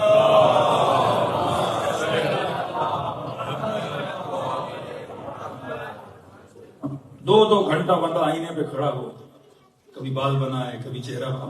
بننا سورنا حرام نہیں ہے، لیکن اگر نیت یہ ہو کہ میں جا رہا ہوں. میں نے کہا اگر ساری یونیورسٹی میں لڑکے ہوتے، لڑکیوں کی یونیورسٹیاں الگ ہوتی ہے، ایک لڑکا بھی خود کو بناتا شاید اٹھتے ہوئے چہرہ بھی نہ دھوتا اور سیدھا یونیورسٹی چلا جاتا. اللہ نیت دیکھتا ہے کہ بندہ کس نیت سے آگے بڑھ رہا ہے. اگر نیت میری یہ ہے کہ میں 4 لوگوں کو اٹریکٹ کروں. بننے سورنے سے عورتوں کو منع نہیں کیا کہ بنو سورو، لیکن کس کی محفل میں؟ عورتیں عورتوں کی محفل میں، مرد مردوں کی محفل میں. اسلام نے منع نہیں کیا. دوسرا پہلو اہل بیت علیہ السلام کس طرح کے کپڑے پہنتے تھے. تیسرا پہلو ان کے بتائے ہوئے اصول بتائیے کہ امیر المؤمنین کے زمانے کے کپڑے الگ. 70 ٹاکے لگے ہوتے تھے امیر المؤمنین کی جوتی. اعتراض امام حسن پہ ہوا، اعتراض چھٹے امام پہ ہوا، اعتراض امام رضا پہ ہوا کہ مولا آپ کے کپڑے اتنے اچھے کیوں ہیں. تو امام نے پھر دلیل دی. یہی داڑھی کی مثال سب سے بڑی. ایک بندے نے امیر المؤمنین پر اعتراض کیا خود مولا کے زمانے میں کہ یا علی رسول خدا کا فرمان تھا کہ اپنی داڑھیوں کو یہودیوں کی طرح نہ رکھو، لہذا ہم رسول کے زمانے سے لے کر آج تک اپنی داڑھیوں کو خضاب کرتے ہیں. لیکن یار آپ کی داڑھی سفید کیوں؟ آپ نے داڑھی کو خضاب کی. امام فرما صحیح ہے، رسول کا فرمان تھا کہ داڑھیوں کو یہودیوں کی طرح نہ کرو. لیکن وہ زمانہ کون سا تھا؟ کہ یہودی تھے زیادہ، ہم تھے کم. اب یہاں پہ غور سے سنیے کہ اس معاشرے میں آپ کے اوپر بڑا فٹ مثال ٹھہرتی ہے. ایک معاشرے میں اقلیت میں ہوں، مد مقابل والا بندہ اکثریت میں. مثلاً آپ لندن میں رہتے ہو تو یہاں پہ مثلاً کرسچن زیادہ ہیں، مسلمز کم ہیں. آپ ایک گلی میں رہتے ہو جس میں مثلاً 20 گھر کرسچنز کے ہیں، 2 گھر مسلم کے ہیں، آپ اقلیت میں ہو. تو جب آپ اقلیت میں ہوتے ہو تو رسول نے فرمایا اپنی شکل اکثریت کی طرح نہ بناؤ، کیونکہ تم بھی اس میں گھل مل جاؤ. اگر سب کے بالوں کے سٹائل، کپڑوں کے سٹائل وہی ہیں اور وہاں پہ تم بھی باہر نکلتے ہو، تیرا سٹائل بھی انہی جیسا ہے، تو دیکھنے والا نہیں سمجھ پائے گا کہ مسلمان کون ہے، کرسچن کون ہے۔ تو یہودی بھی داڑیاں بڑی رکھتے تھے، مسلمانوں کی بھی داڑیاں بڑی، یہودیوں کی داڑیاں بھی سفید اور مصطفیٰ کے ماننے والوں کی بھی داڑیاں سفید۔ اب جب یہ چلتے تھے تو مکے کے مشرک سمجھتے تھے سارے کے سارے یہودی آ گئے، تو فرمایا داڑیوں کو خضاب کرو تاکہ دور سے پتا لگے کہ محمد والا کون ہے، رسول والا کون ہے۔ امام نے فرمایا اب معاشرہ بدل گیا، اب ہم ہیں اکثریت میں، وہ ہیں اقلیت میں، اب ان کو چاہیے کہ ہم جیسی داڑیوں کی داڑیاں نہ رکھیں۔ اگر وہ ہم جیسے حلیے بنائیں گے تو کوئی بات نہیں، وہ بھی کیا لگیں گے، مسلمان لگیں گے۔ اب وہ ہمارے معاشرے میں ہضم ہو چکے ہیں، مل چکے ہیں۔ اب سوال یہ ہے کہ یہاں پر ایک خاتون، ایک بچی، ایک ماں، ایک بہن جب کسی مال میں جاتی ہے، آپ مال میں نگاہ کرو، 200 لڑکیاں ہیں جو کرسچن ہیں، ایک لڑکی مسلمان جاتی ہے۔ یہاں پر ہے کہ تم اپنا حلیہ ایسا بناؤ کہ دور سے پتا لگے رسول کے ماننے والی آ رہی ہے، دور سے پتا لگے کوئی علی کا ماننے والا آ رہا ہے۔ ایک لڑکا مسلمان ہے، سارے کے سارے یا ہندو ہیں یا کرسچن ہیں، پتا تو لگے کہ کون اسلام کا ماننے والا ہے، تمہارے حلیے سے، تمہارے کپڑوں سے، تمہارے حجاب سے۔ لیکن اگر میرا حلیہ بھی ان جیسا ہو جائے، قیامت کے انہی کے ساتھ اٹھایا جائے گا، میرے فیشن سارے ان جیسے ہو جائیں تو قیامت کے دن مجھے انہی کے ساتھ کیا کیا جائے گا، اٹھایا جائے گا۔ تو انسان کو ویسا بننا چاہیے۔ اکثر نوجوان واقعی چھوٹی چھوٹی باتوں پہ شیعوں کو گمراہ کیا جاتا ہے کہ کوئی ایران جاتے ہو ایرانی علم نہیں لگاتے، شیعہ مسلم ہیں، ہم غازی عباس کو مانتے ہیں، یہ ایرانی دیکھو اپنے گھروں پہ علم نہیں لگاتے۔ اصلاً کبھی سوچا کہ پاکستانی شیعہ گھروں پہ علم کیوں لگاتے ہیں؟ کبھی اس بات پہ غور و فکر کیا؟ 10 گھر ہیں جو سنت کے، ایک گھر ہے مسلم شیعہ کا۔ اکثر لوگ سندھ جاتے ہیں کہ مولانا ایسے لگتا ہے سارا سندھ شیعہ ہے، روڈ سے گزرتے ہیں علم علم علم علم، ہر جگہ علم علم۔ اب 50 گھر بھی ہو نا کسی گاؤں میں اور ایک گھر پہ علم لگاؤ، رات کے اندھیرے میں 50 نظر نہیں آئیں گے، ایک عباس والا نظر آئے گا۔ نشانی لگاؤ تاکہ اس اکثریت میں جو تمہاری اقلیت ہے وہ بھی لوگوں کو کیا ہے، اظہار وجود کرو۔ جلوس کا کانسیپٹ کیا ہے بھائی؟ یہاں کون سے مسلمان ہے کہ آپ روڈوں پہ نکلتے ہو یا حسین ہو یا حسین کرتے ہو؟ نہ یہ امام حسین کو جانتے ہیں، نہ رسول خدا کو جانتے ہیں۔ ایک کرسچن کنٹری میں ہم کہتے ہیں ہمیں بھی یا پاکستان کی طرح جلوس نکالنا۔ جلوس کا کانسیپٹ ہے اظہار وجود کرنا، کہ یہ کمیونٹی یاد رکھے کہ یہاں پہ بھی کوئی کمیونٹی رہتی ہے جو حسین حسین کرنے والی ہے۔ کئی چیزیں اظہار وجود کی ہوتی ہیں، لیکن اگر ایک ملک میں ہے ہی شیعہ، وہ کس کو دکھائیں گے کہ ہم شیعہ ہیں؟ دکھایا وہاں جاتا ہے جہاں آپ کو مانا نہیں جاتا، اظہار وجود کیا جاتا ہے۔ کالا لباس اظہار وجود کی نشانی ہے، چہرے پہ داڑھی اظہار وجود کا نشانی ہے، ماؤں بہنوں کے سروں پہ چادر اظہار وجود کا نام ہے۔ صلوات پڑھے محمد والا۔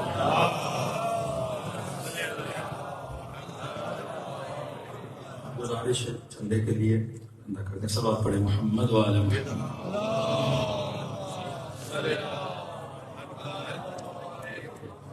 زحمت نہ ہو، گزارش ہو تو قدم آگے آ جائیں، وقت باقی بہت قلیل ہے۔ صلوات پڑھے محمد والا محمد۔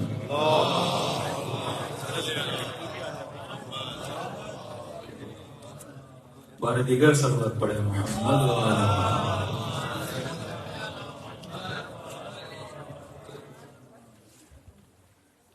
بار دیگر صلوات پڑھے محمد والا محمد۔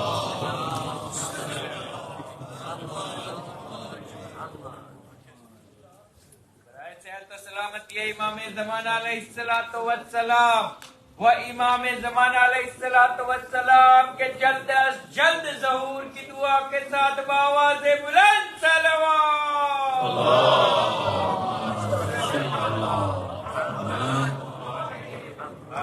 وَأَجِّلْ فَرَجَهُمْ۔ تو تیسرا پہلو جو پریکٹیکلی جس کو ہم اپنی زندگی میں لا سکتے ہیں وہ ہے اہل بیت علیہ الصلوۃ والسلام کے بتائے ہوئے قوانین۔ اس قانون پہ بندہ کسی بھی ملک میں رہ کر عمل کر سکتا ہے۔ کھانا کون سا کھانا ہے، صفت بتا دی۔ لباس کون سا پہننا ہے، صفت بتا دی۔ رات کو کیسے سونا ہے، اصول بتا دی۔ شادی کس خاتون سے کرنی ہے صفت بتا دی. خبیثوں کے لیے خبیث عورتیں، طیبوں کے لیے طیب عورتیں، یہ صفت بتا دی. اگر ان صفات پہ زندگی گزاری جائے تو انسان کی دنیا بھی آباد، آخرت بھی آباد. اب ہوتا یہ ہے کہ ہماری مجلسوں کے پڑھنے والے جو خطبہ ہوتے ہیں ان کی بھی 3 کیٹیگری ہوتی ہے، اور مجلس سننے والی جو عوام آتی ہے اس کی بھی کتنی کیٹیگری ہوتی ہے؟ 3 کیٹیگری ہوتی ہے. ایک وہ سننے والا جو آتی شیعہ ہے. اب ظاہر محرم کے دن آ گئے، شہادت کے دن آ گئے، کوئی پڑوسی شیعہ پوچھے گا مجلس میں گئے کہ نہیں، شرم کے مارے آنا تو ہے، کیا بولوں میں شیعہ بھی ہوں اور محرم میں مولا حسین کی مجلس میں نہیں گیا. آدھی شیعہ. دوسرا وہ شیعہ جو شیعہ تو ہے بٹ لبرل اور سیکولر ہے. بہت بڑا طبقہ اس میں سیاستدانوں کا، سنگروں کا، ایکٹر ایکٹریسز کا آتا ہے. انڈیا میں بھی ہیں، پاکستان میں بھی ہیں، یہاں بھی ہوں گے.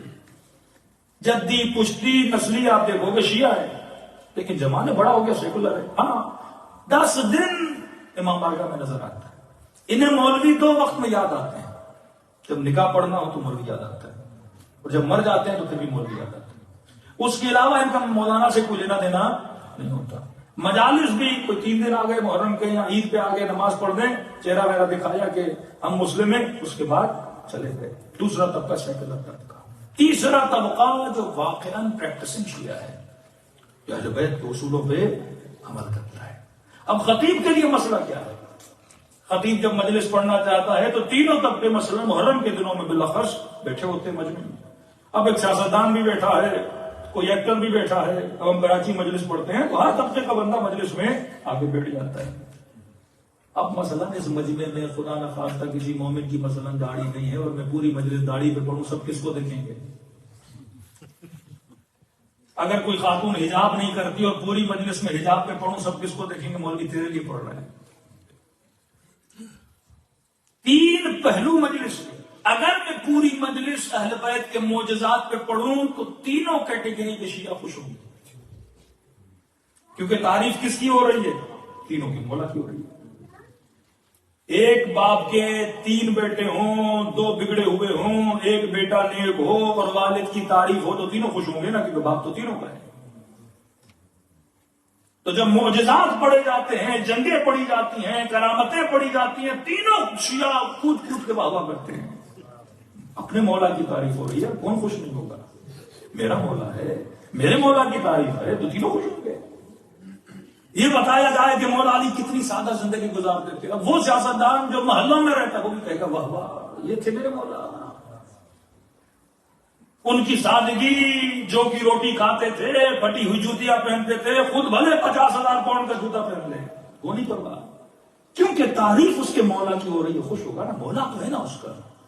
جب کسی چیز کی نسبت میری میں سے ہو جاتی ہے، وہ چاہے میرا مولا بھی ہو نا، اس کی تعریف جو میری میں کی تعریف ہے. یہ بھی پھر سیلفشنس کا کانسیپٹ آ جاتا ہے. میرا باپ ہے، اب کیسا بھی یہ تعریف ہو میں خوش ہو جاؤں گا. میرا مولا ہے، تعریف ہوگی میں کیا ہو جاؤں گا؟ خوش ہو جاؤں گا. لیکن جب اہل بیت کی زندگی کا تیسرا پہلو بتایا جائے، جس میں جن پہلوؤں کا صرف امیر المؤمنین سے لینا دینا نہیں ہے، جس کا ڈائریکٹ میری ذات سے لینا دینا ہے. مولا نے معجزے کیے، پریکٹیکلی میرا کیا لینا دینا ہے؟ میں معجزے نہیں کر سکتا. مولا کا لباس. لیکن جب یہ بتاؤں نا کہ علی نے اصول کیا بتائے، جو عادی شیعہ ہوتا ہے، سیکولر شیعہ ہوتا ہے، وہ بڑا ناراض ہو جاتا ہے. کہتے مولوی صاحب اصول نہ بتا، یہ نہ بتا علی نے کیا کہا، یہ بتا علی کیا تھے. کیونکہ مولا کیا تھے اس سے اس کا کوئی لینا دینا نہیں ہے. پریکٹیکلی اس کی زندگی اس سے افیکٹ نہیں ہو رہی. لیکن یہ بتاؤں کہ سیدہ کو چادر بڑی پسند تھی، علی نماز کے بڑے عاشق تھے، علی کو غیرت بڑی پسند تھی، لقمے حرام سے بڑی نفرت کرتے تھے، الراشی والمرتشی کلاہما فی النار کے ماننے والے تھے کہ رشوت لینے والا دینے والا دونوں جہنم میں ہیں. تو یہاں پہ جو 2 لوگ ہیں نا، ان کے چہرے بگڑ جاتے ہیں. کہ میں نے پنجاب میں مثال دی تھی، میں نے کہا مثلا اگر ہماری مجلس میں رانا ثناء اللہ آ جائے اور مجمع ڈیمانڈ کرے کہ مولوی صاحب بتائیے شمر کیسا تھا، کسی کو اچھا لگے گا؟ کسی سیاستدان کو بولا کہ آپ یزید کی صفات بیان کرنا شروع کر دو، تیسرے پہلو سے بندہ پلٹ ہوتا ہے۔ اہل بیت سے دشمنی کیا تھی؟ اصلا مسئلہ جو آج علماء سے ہے وہ اہل بیت سے تھا۔ یا علی تخت پر آؤ، حکومت پر آؤ، آپ سے بڑا عالم نہیں، آپ سے بڑا شجاع نہیں، آپ سے بڑا زاہد نہیں۔ امام نے فرمایا آؤں گا تو صحیح، لیکن علی کی عدالت تم سے برداشت نہیں ہوگی۔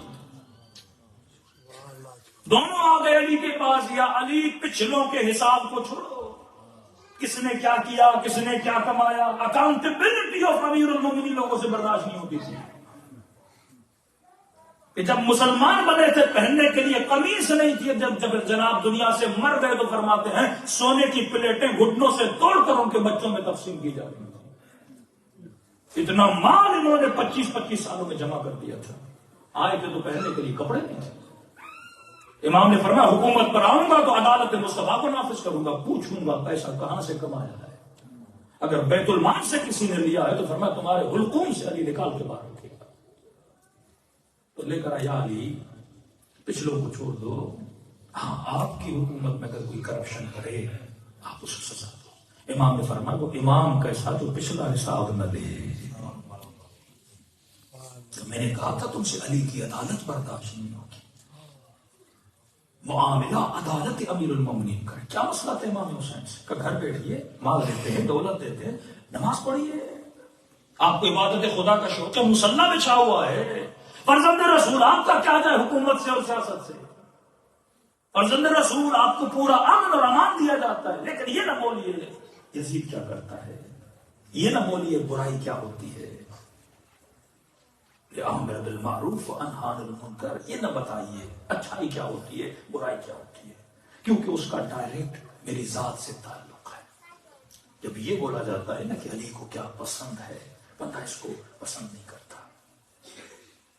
اور فرمایا عقل مند وہی ہے جب اپنی برائی سنے، اپنی برائی کی کیا کرے، اصلاح کرے۔ آج تک کوئی ایسا بندہ دیکھا آپ نے جو خود کو آئینے میں دیکھے اور آئینہ بتائے تیرے چہرے پہ کالک ہے اور وہ آئینے کو توڑ دے؟ جسموں کے عیب اگر کوئی بتاتا ہے تو ہم اس آئینے کو اور صاف کرتے ہیں کہ مجھے اور بتا کہ باہر نکلوں تو لوگوں کو خوبصورت دکھوں۔ فرمایا جب کوئی تمہیں تمہارے عیب بتاتا ہے، جب روح کے اندر جو قلب کے اوپر جو کالک چڑھ گئی ہے وہ اس کو اتارنے کی کوشش کرتا ہے۔ جسم، تیرے خوبصورت جسموں کو دنیا والے دیکھیں گے، لیکن تیری حسین روح کو تیرا رب دیکھنا چاہتا ہے، تیرے وجود حسین کو تیرا آقا حسین دیکھنا چاہتا ہے۔ وقت بہت گزر چکا، مطالب کافی باقی رہ گئے۔ یہ واقعہ میں نے 40 میں بتایا تھا۔ 4 پوائنٹ اگر آپ نوٹ کر لیں، کیونکہ لاسٹ ایئر ہم نے کوئی پورے یورپ کا ٹرپ کیا تھا، آسٹریلیا تک، اور ہم نے دیکھا کہ واقعاً جن لوگوں کے بچے ان سوسائٹی میں واقعاً نیک رہ گئے انہوں نے کیا کیا، اور جن لوگوں کے بچے ان سوسائٹی میں بگڑ گئے انہوں نے کیا بتایا۔ ہر ایکشن کا ریئیکشن ہوتا ہے۔ اگر آپ اصول کو فالو نہیں کرو گے، لاکھ مولوی سے ممبر سے دعا کروا لو، بچہ نہیں بننے والا۔ لاکھ خواتین بول دیں مولانا شوہر کے لیے دعا کریے سدھر جائے، نہیں سدھرے گا۔ 40 سال کے بعد لوگوں کی عادتیں جب ان کے اندر راسخ ہو جاتی ہیں بہت مشکل ہوتا ہے عادت کا نکلنا۔ بندے کا غور ہونا چاہیے، اپنی عادت کو بدلتے ہیں۔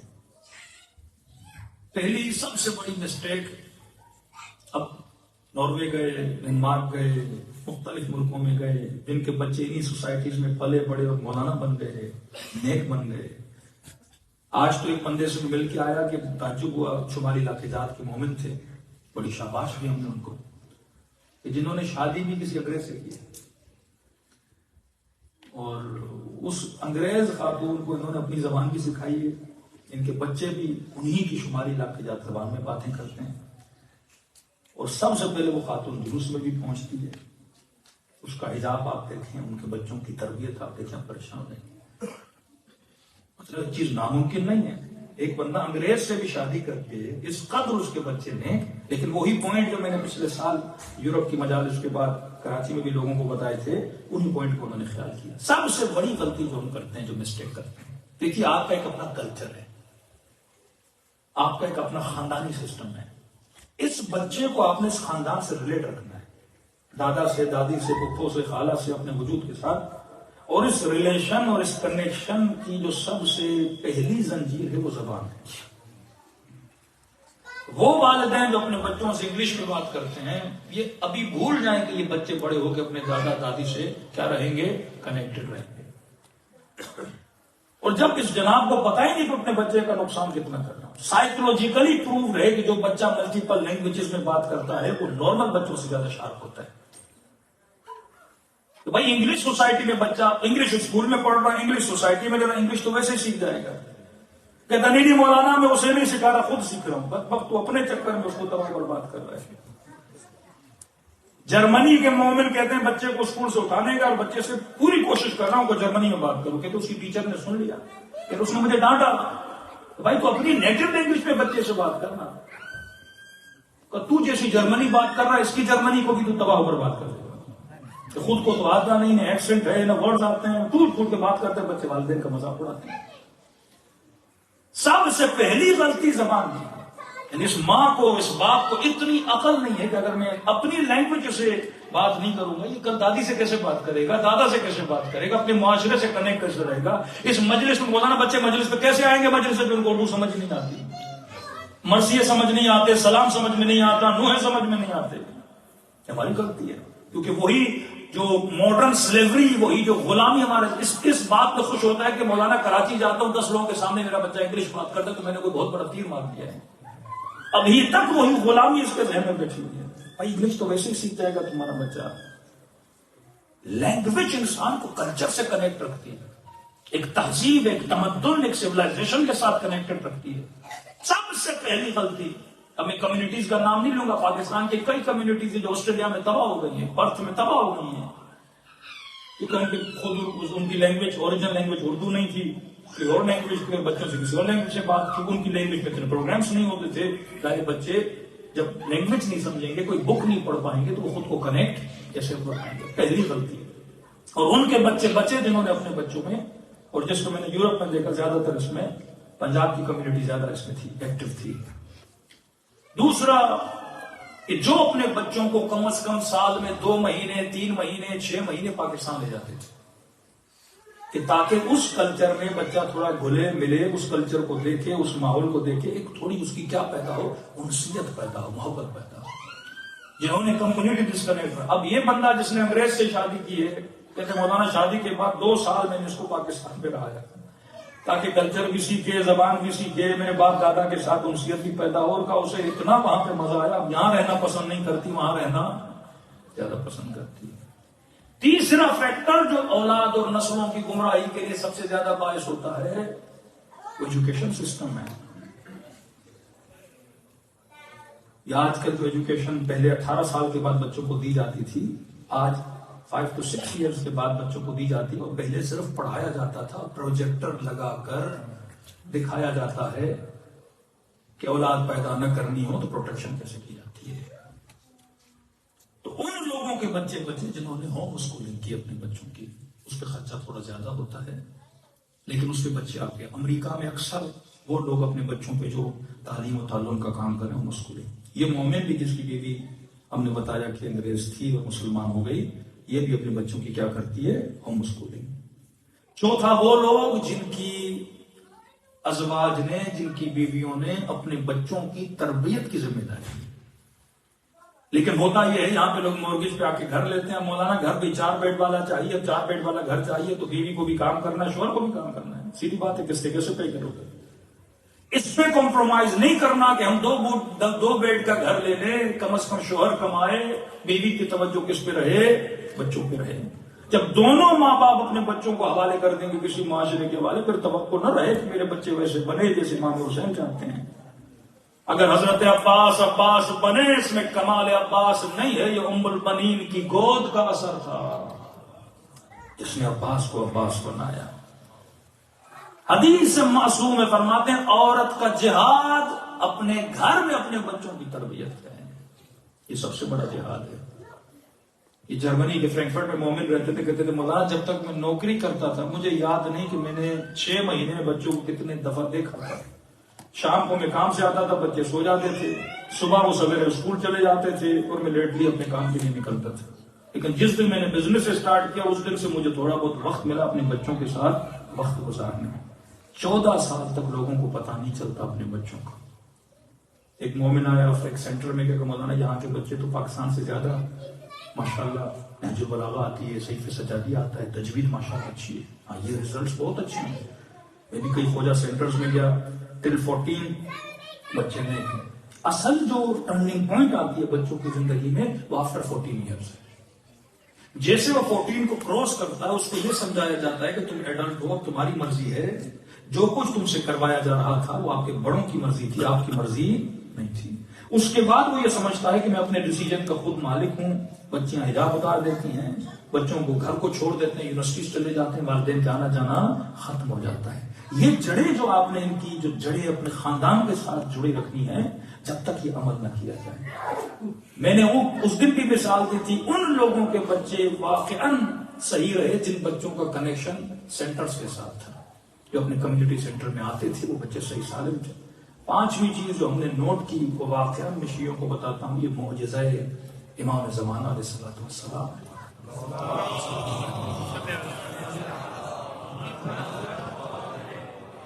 اب اہل بیت بھی دیکھ رہے ہیں کہ ہماری نسلیں، وہ چاہے یو کے میں ہو، چاہے پاکستان میں ہو، کسی بھی کنٹری میں ہو، ایک طرح سے سوشل میڈیا نے ایسا ماحول بنا دیا ہے، اسکول کا ماحول اتنا بگڑ چکا ہے، تقریباً ہر کنٹری کا یہ حال ہوتا جا رہا ہے. تو وہ کیسے ہمیں بغیر ہدایت کے چھوڑے؟ تو علماء فرماتے ہیں 40 امام حسین یہ کریشن آف امام زمانہ ہے. زندگی میں کچھ بھی ہو جائے کم از کم ایک بار نہیں تو سال 2 سال میں ایک بار اپنے بچوں کو کربلا ضرور بھیجا کرو. 40 امام حسین سمجھیں کیسی ٹریننگ ہے، 10 to 14 days کی ٹریننگ ہے جو آپ کے بچوں کے مزاج کو بدل دیتی ہے. جہاں پہ کمپلیٹلی اسلامی کلچر، جہاں پہ جذبہ ایثار، جذبہ قربانی، جذبہ محبت. کہ کبھی آپ نے سوچا ہے کہ جب آپ مشی امام حسین میں چلتے ہو، یہ پتہ نہیں بندہ پاکستانی ہے، انڈین ہے، افغانی ہے، نہیں، وہاں پہ ایک ہی رنگ ہے اور رنگ حسین ہے. وہاں کوئی کسی کی زبان کو نہیں جانتا اور ایک ہی زبان ہے، وہ نام ہے حسین ہے. کبھی سوچا کہ یہ ملینز آف پیپل کہاں جا رہے ہیں، کس کی طرف دوڑے دوڑے جا رہے ہیں؟ ایک قبر امام حسین، ایک ایسا امام جو شہید ہو چکا ہے، اس امام کی قبر کی طرف یہ ہزاروں لوگ دوڑے دوڑے جا رہے ہیں. یہ ہم شیعوں کو ٹریننگ دی جا رہی ہے، دنیا کے ہر نقطے سے آؤ اور ایک جگہ پہ جمع ہو جاؤ. ایثار کا جذبہ، قربانی کا جذبہ، زبان کا کوئی فرق نہیں، لباس و شکل کا کوئی فرق نہیں، اور سب کا نعرہ ایک ہے، سب کا نظریہ ایک ہے، اور سب ایک ہی محبت کو فالو کر رہے ہیں، اور محبت حسین. وہاں پہ 2 طرح کی ڈیوٹیز ہیں، ایک وہ جو امام کی طرف جا رہے ہیں، دوسرے وہ جو جن جانے والوں کی خدمت کر رہے ہیں. اور میں بالکل اسی طرح ایک دن ظہور امام زمانہ ہوگا جب شہید امام کی طرف جانے کی ٹریننگ دی جا رہی ہے. یہ تیاری ہے ایک ایسے امام کی جو ظہور کرے گا. ساری قومیں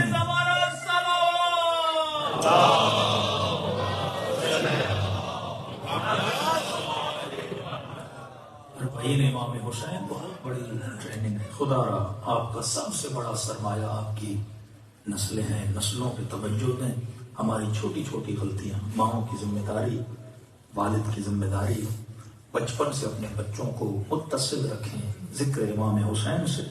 انشاءاللہ امام زمانہ کا سایہ ہماری نسلوں پہ باقی رہے. ہماری نسلیں ایسی بنیں جیسے حجت خدا ہمیں دیکھنا چاہتے ہیں. ایرانی نوجوان اسی سفر 40 میں کریم جا رہے تھے. کہتے مولانا راستے میں ایک بوڑھا ٹکرایا، کہنے لگا کہ میرے گھر آئیے، میں نے کھانا رکھا ہے. جس کو بولتا ہوں آتا نہیں ہے. اب ظاہر کھا کھا کے لوگ اتنے سیراب ہو جاتے ہیں. ہم نے کہا بوڑھے ہم بھی ابھی کھا کے آئے. کہ مولانا ایسے رو رہا تھا جیسے بارش کے قطرات برستے ہیں. 70 سال کا بوڑھا. کہ خدا کا واسطہ میرے سفرے پہ آپ نہیں آؤ گے تو مجھے ایسے لگے گا کہ حسین مجھ سے راضی نہیں ہے. اور ماتے جب دعوت دینے والوں کو بلاؤ نا تو یہ سوچا کرو امام حسین مجھے دعوت دے رہے ہیں. کہتے ہیں ہم نے کہا تو 2 لقمے لگائیں گے ہو جائیں گے. کہا مجھے ہمیں گھر لے گیا.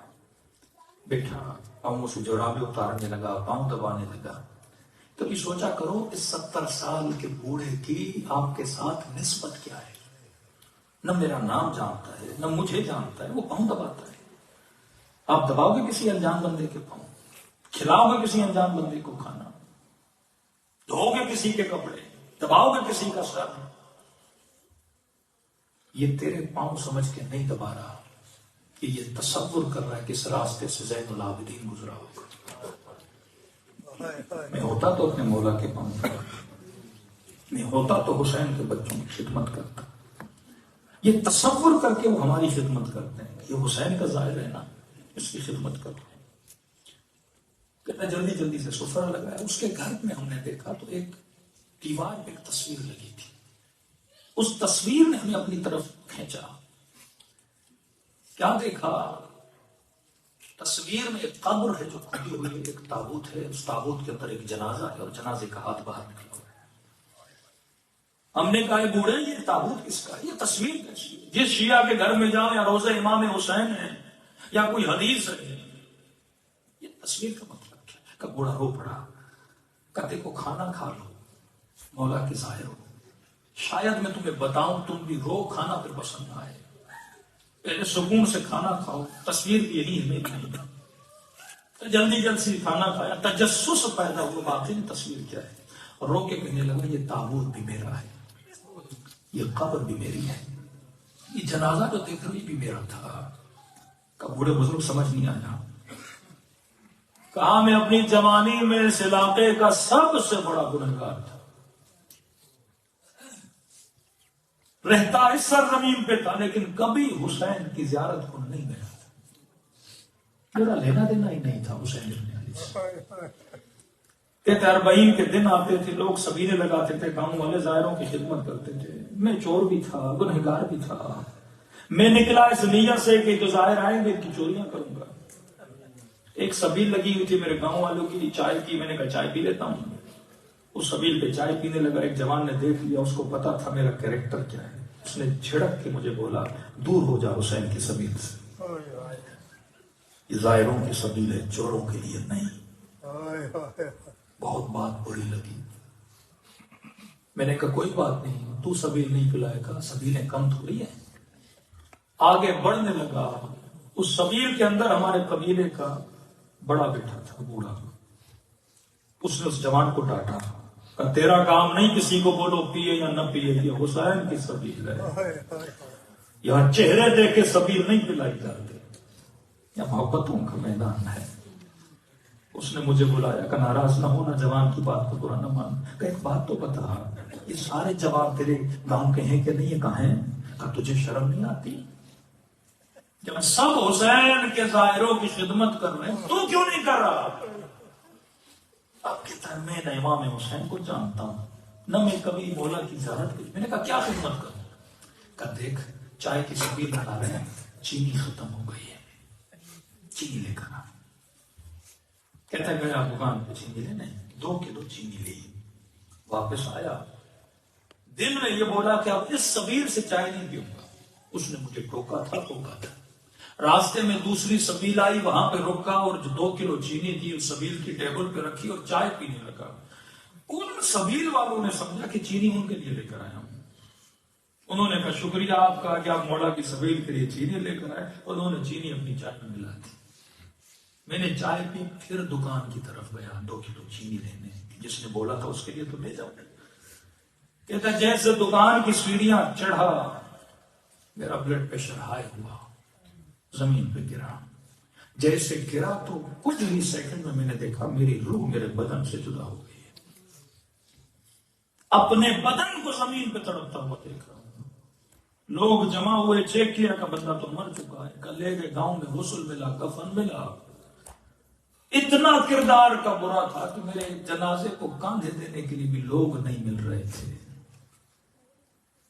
مزدوروں نے اٹھا کے قبر کھودی, تابوت رکھا کا بالکل اس تصویر کی طرح میرا جنازہ تابوت کے اندر پڑا ہوا تھا. فرشتوں کو دیکھ رہا ہوں, ایسی ابوت ان کے چہرے پر, گویا وہ انتظار میں ہے قبر میں اتارا جائے اور عذاب کی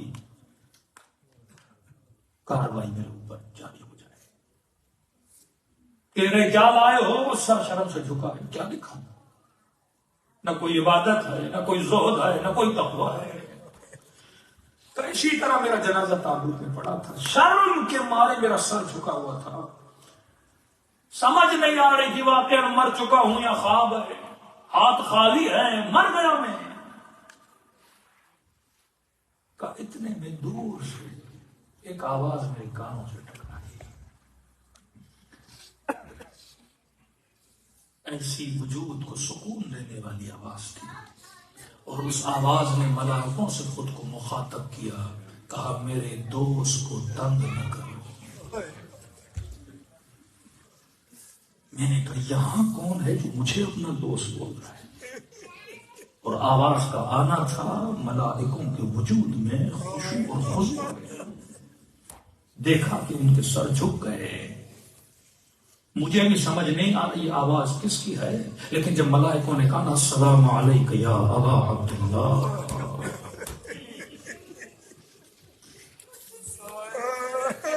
وجود میں عجیب سی کپکپاہٹ سی طاری ہو گئی.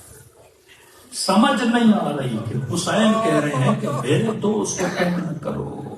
ارے میں کب حسین کا دوست بنا؟ کہاں میں، کہاں حسین؟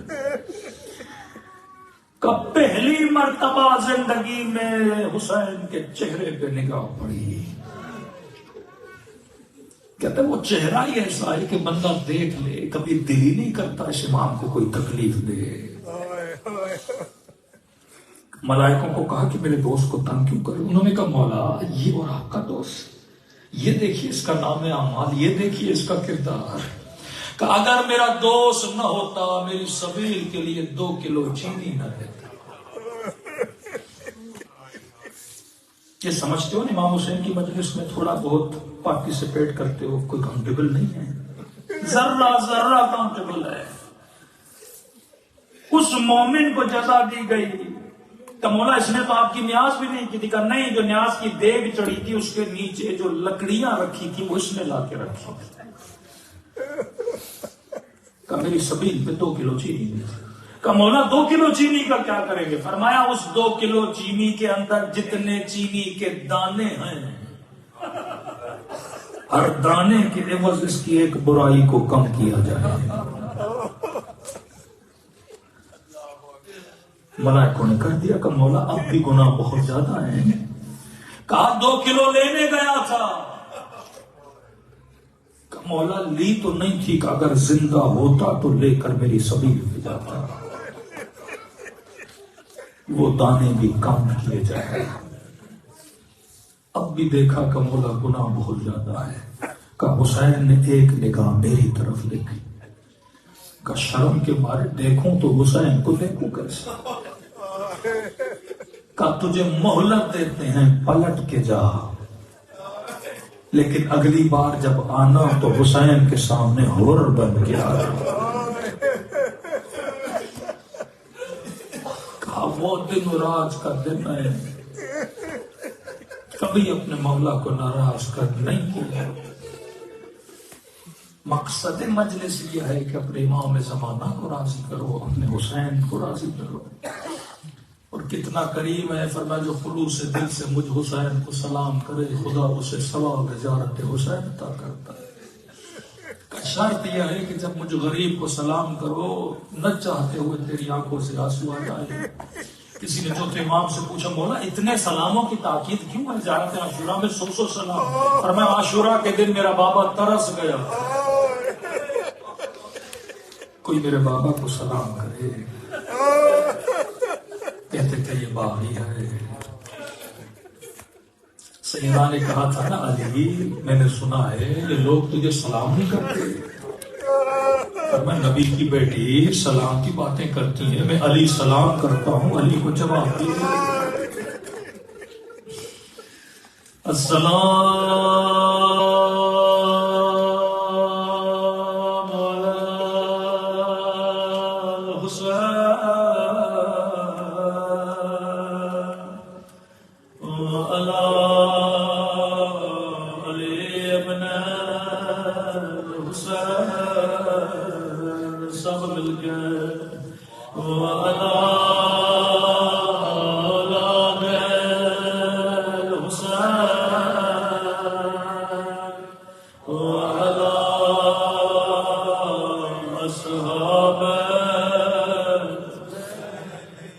بلند آواز سے سلام علی حسین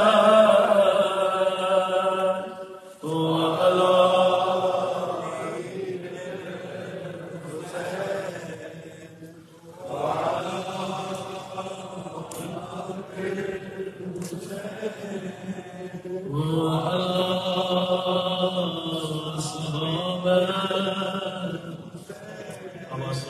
سب بالکل السلام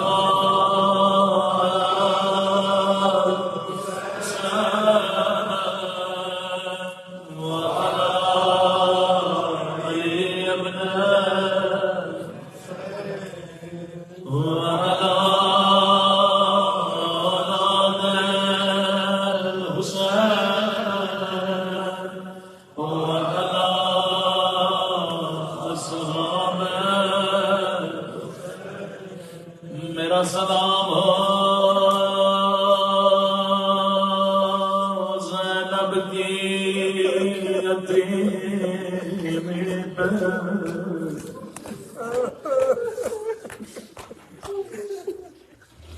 آج شب شہادت مجھے نہیں پتا میرا امام زمانہ کہاں موجود شاید کربلا میں موجود حسین کا پرسان نگر شاید شام میں ننھی سی قبر سکینہ پہ موجود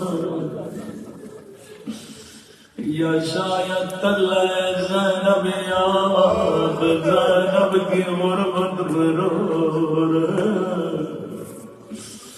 لیکن میرا دل کہتا ہے آج کی رات جنت البقیع میں موجود ہوں گے ٹوٹی ہوئی قبر زہرا پہ گریا کر رہے ہوں گے مجھے نہیں پتا کون سی دعائیں کرتے ہوں گے حکم معصوم جب بھی پریشان ہو اپنی ماں کی قبروں پہ جایا کرو خدا کوئی دعا رد نہیں کرتا شاید رو رو کے کہتے ہوں گے اماں زہرا دعا کرو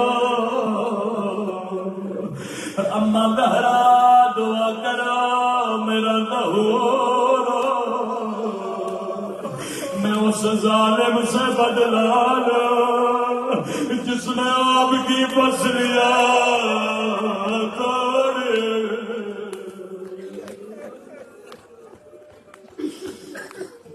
اماں زہرا دعا کرے میرا ظہور میں اس ظالم سے بدلا لوں جس نے میری زینب کی چادر چھینے جس نے میری سکینہ کے کانوں سے بالیاں اتارے جس نے میرے علی اکبر کے سینے میں برچھی مارے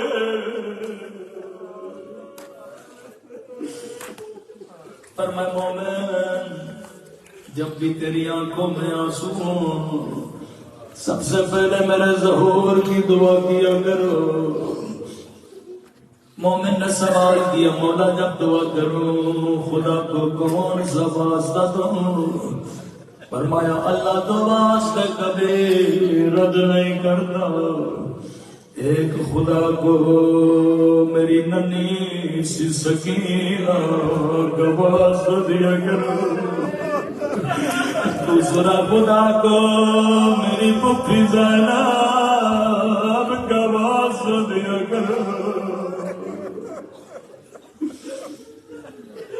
آج خدا کو سیدہ زینب کی یتیمی کا واسطہ دیتے یہ روایت میں نے کہیں اور پڑی بڑی درد بھری روایت ہے اس بی بی نے بچپن میں اماں کی ٹوٹی ہوئی پسلیاں دیکھی،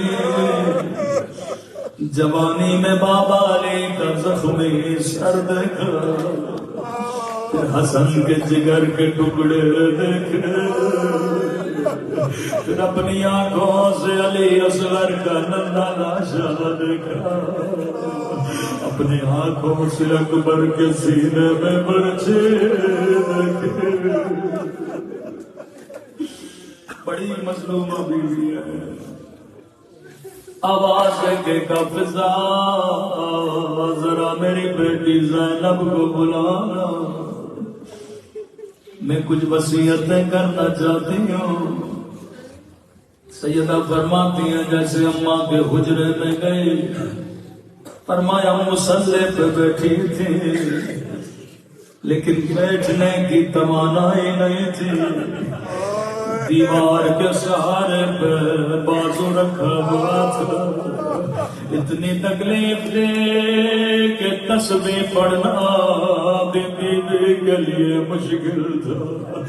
تبھی کہتا ہوں شیعہ جب تسبیح زہرا پڑھا تو خدا کو ٹوٹے ہوئے بالوں کا واسطہ دیا کرو، اللہ کبھی دعا رد نہیں کرے۔ ماں کے قدموں میں بیٹھ گئے، جی میری اماں، فرمایا زینب ذرا وہ گٹھڑی لا،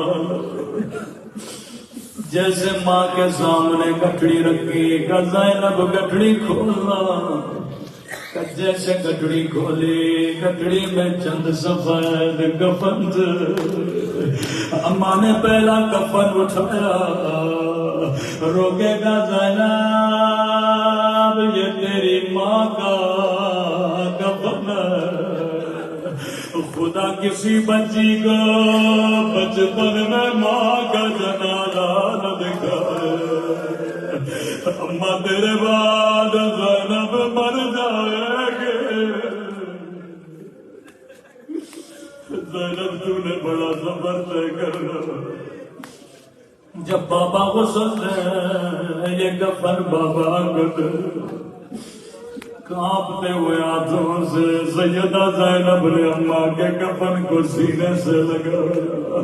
اب فرماتی ایک مرتبہ اماں نے دوسرا کفن اٹھایا، سیدہ فرماتی ہے میں دل میں دعا کر رہی تھی، اللہ کرے یہ زینب کا کفن اے خدا ہمیں اتنا برداشت نہیں کر پاؤں گے، اماں یہ کس کا کفن ہے، روکے گا زینب یہ تیرے بابا علی کا کفن ہے، وہ جب حسن وصول دے یہ کفن حسن کو دینا، اماں اس کا مطلب میرے بابا بھی نہ رہیں گے، زینب زندہ رہے گی۔ اماں نے تیسرا کفن نکالا، فرماتے میرا کلیجہ پھٹنے لگا، بہنوں کو بھائیوں سے بڑا پیار ہوتا ہے، دل میں دعا کرتی رہی اللہ مجھے حسن کا مرنا نہ دکھانا، مجھے حسین کا جانا نہ دکھانا، اللہ کرے زینب مر جائے لیکن میرے بھائی زندہ رہے، اماں یہ کس کا کفن ہے، روکے گا زینب یہ میرے حسن کا کفن ہے، اور میرے لال کو زہر دیا جائے گا، جگر کے ٹکڑے باہر آئیں گے۔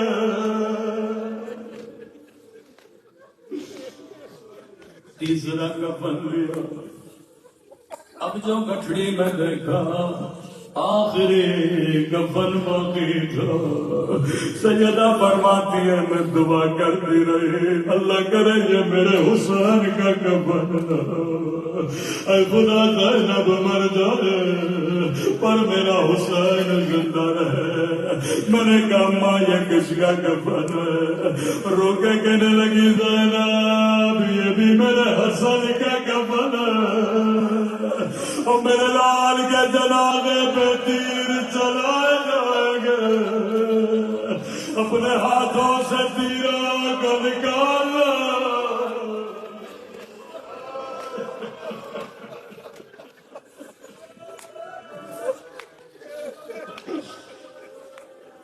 روتے ہوئے اماں سے کفن لیا، لیکن سیدہ فرماتی ہیں میں نے دل ہی دل میں کہا الحمدللہ، اے خدا تیرا شکر ہے اماں نے حسین کا کفن نہیں دیا۔ اس کا مطلب میں زینب مر جاؤں گے، لیکن میرا حسین زندہ رہے گا۔ لیکن قیامت کا منظر تھا جب سیدہ نے کہا زینب وہ سفید کرتا لانا، کہا زینب یہ میرے حسین کا کفن ہے، اماں حسین کے لیے کرتا کیوں ہے؟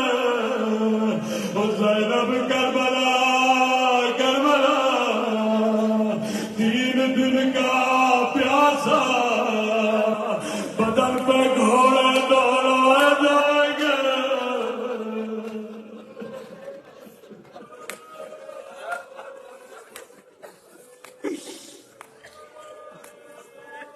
قیامت کا منظر تھا، زینب کفن دیتی رہے، ماں نے کفن پہنا، علی نے کفن پہنا، حسن کو کفن پہنایا، لیکن جب کربلا آئی حسین کو ماں کا کرتا پہنایا۔ روایت کے جملے ہیں 70 قدموں سے بہن دیکھ رہے تھے، اور شمر حسین کے سینے میں زبان تھا۔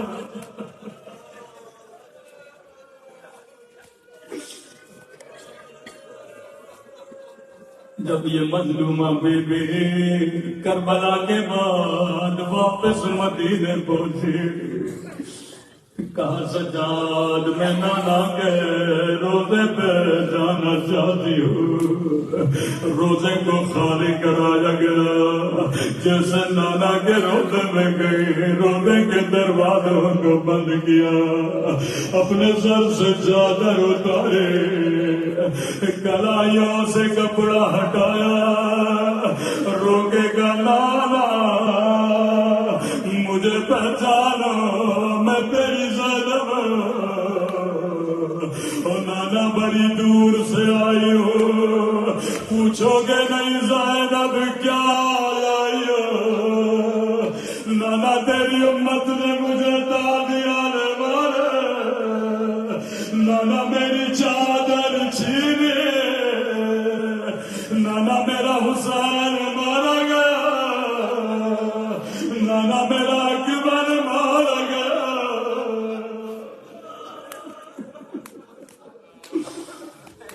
لیکن زندہ فرماتی ہیں زینب نے بڑے مصائب پڑے، جیسے نانا کے روزے سے رخصت ہوئی، فرمایا سیدھا زینب جنت البقیع گئی، لیکن جب ماں کی قبر پہ بیٹھے بی بی نے کوئی لمبے مصائب نہیں پڑے، فضا کے دیکھ مرتبہ خون بھرا کرتا نکالا، قبر زہرا پہ رکھا، عجب نہیں زلزلہ آیا، زینب کرتا ہٹا لے،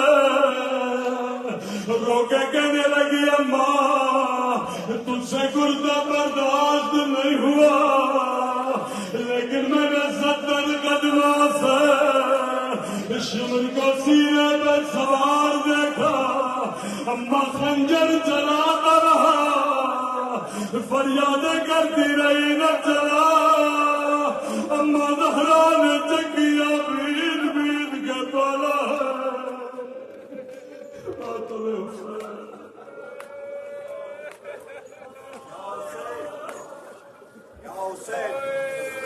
Ya Hussein! Ya Hussein! Ya Hussein! Ya Hussein! Ya Hussein! Ya Hussein!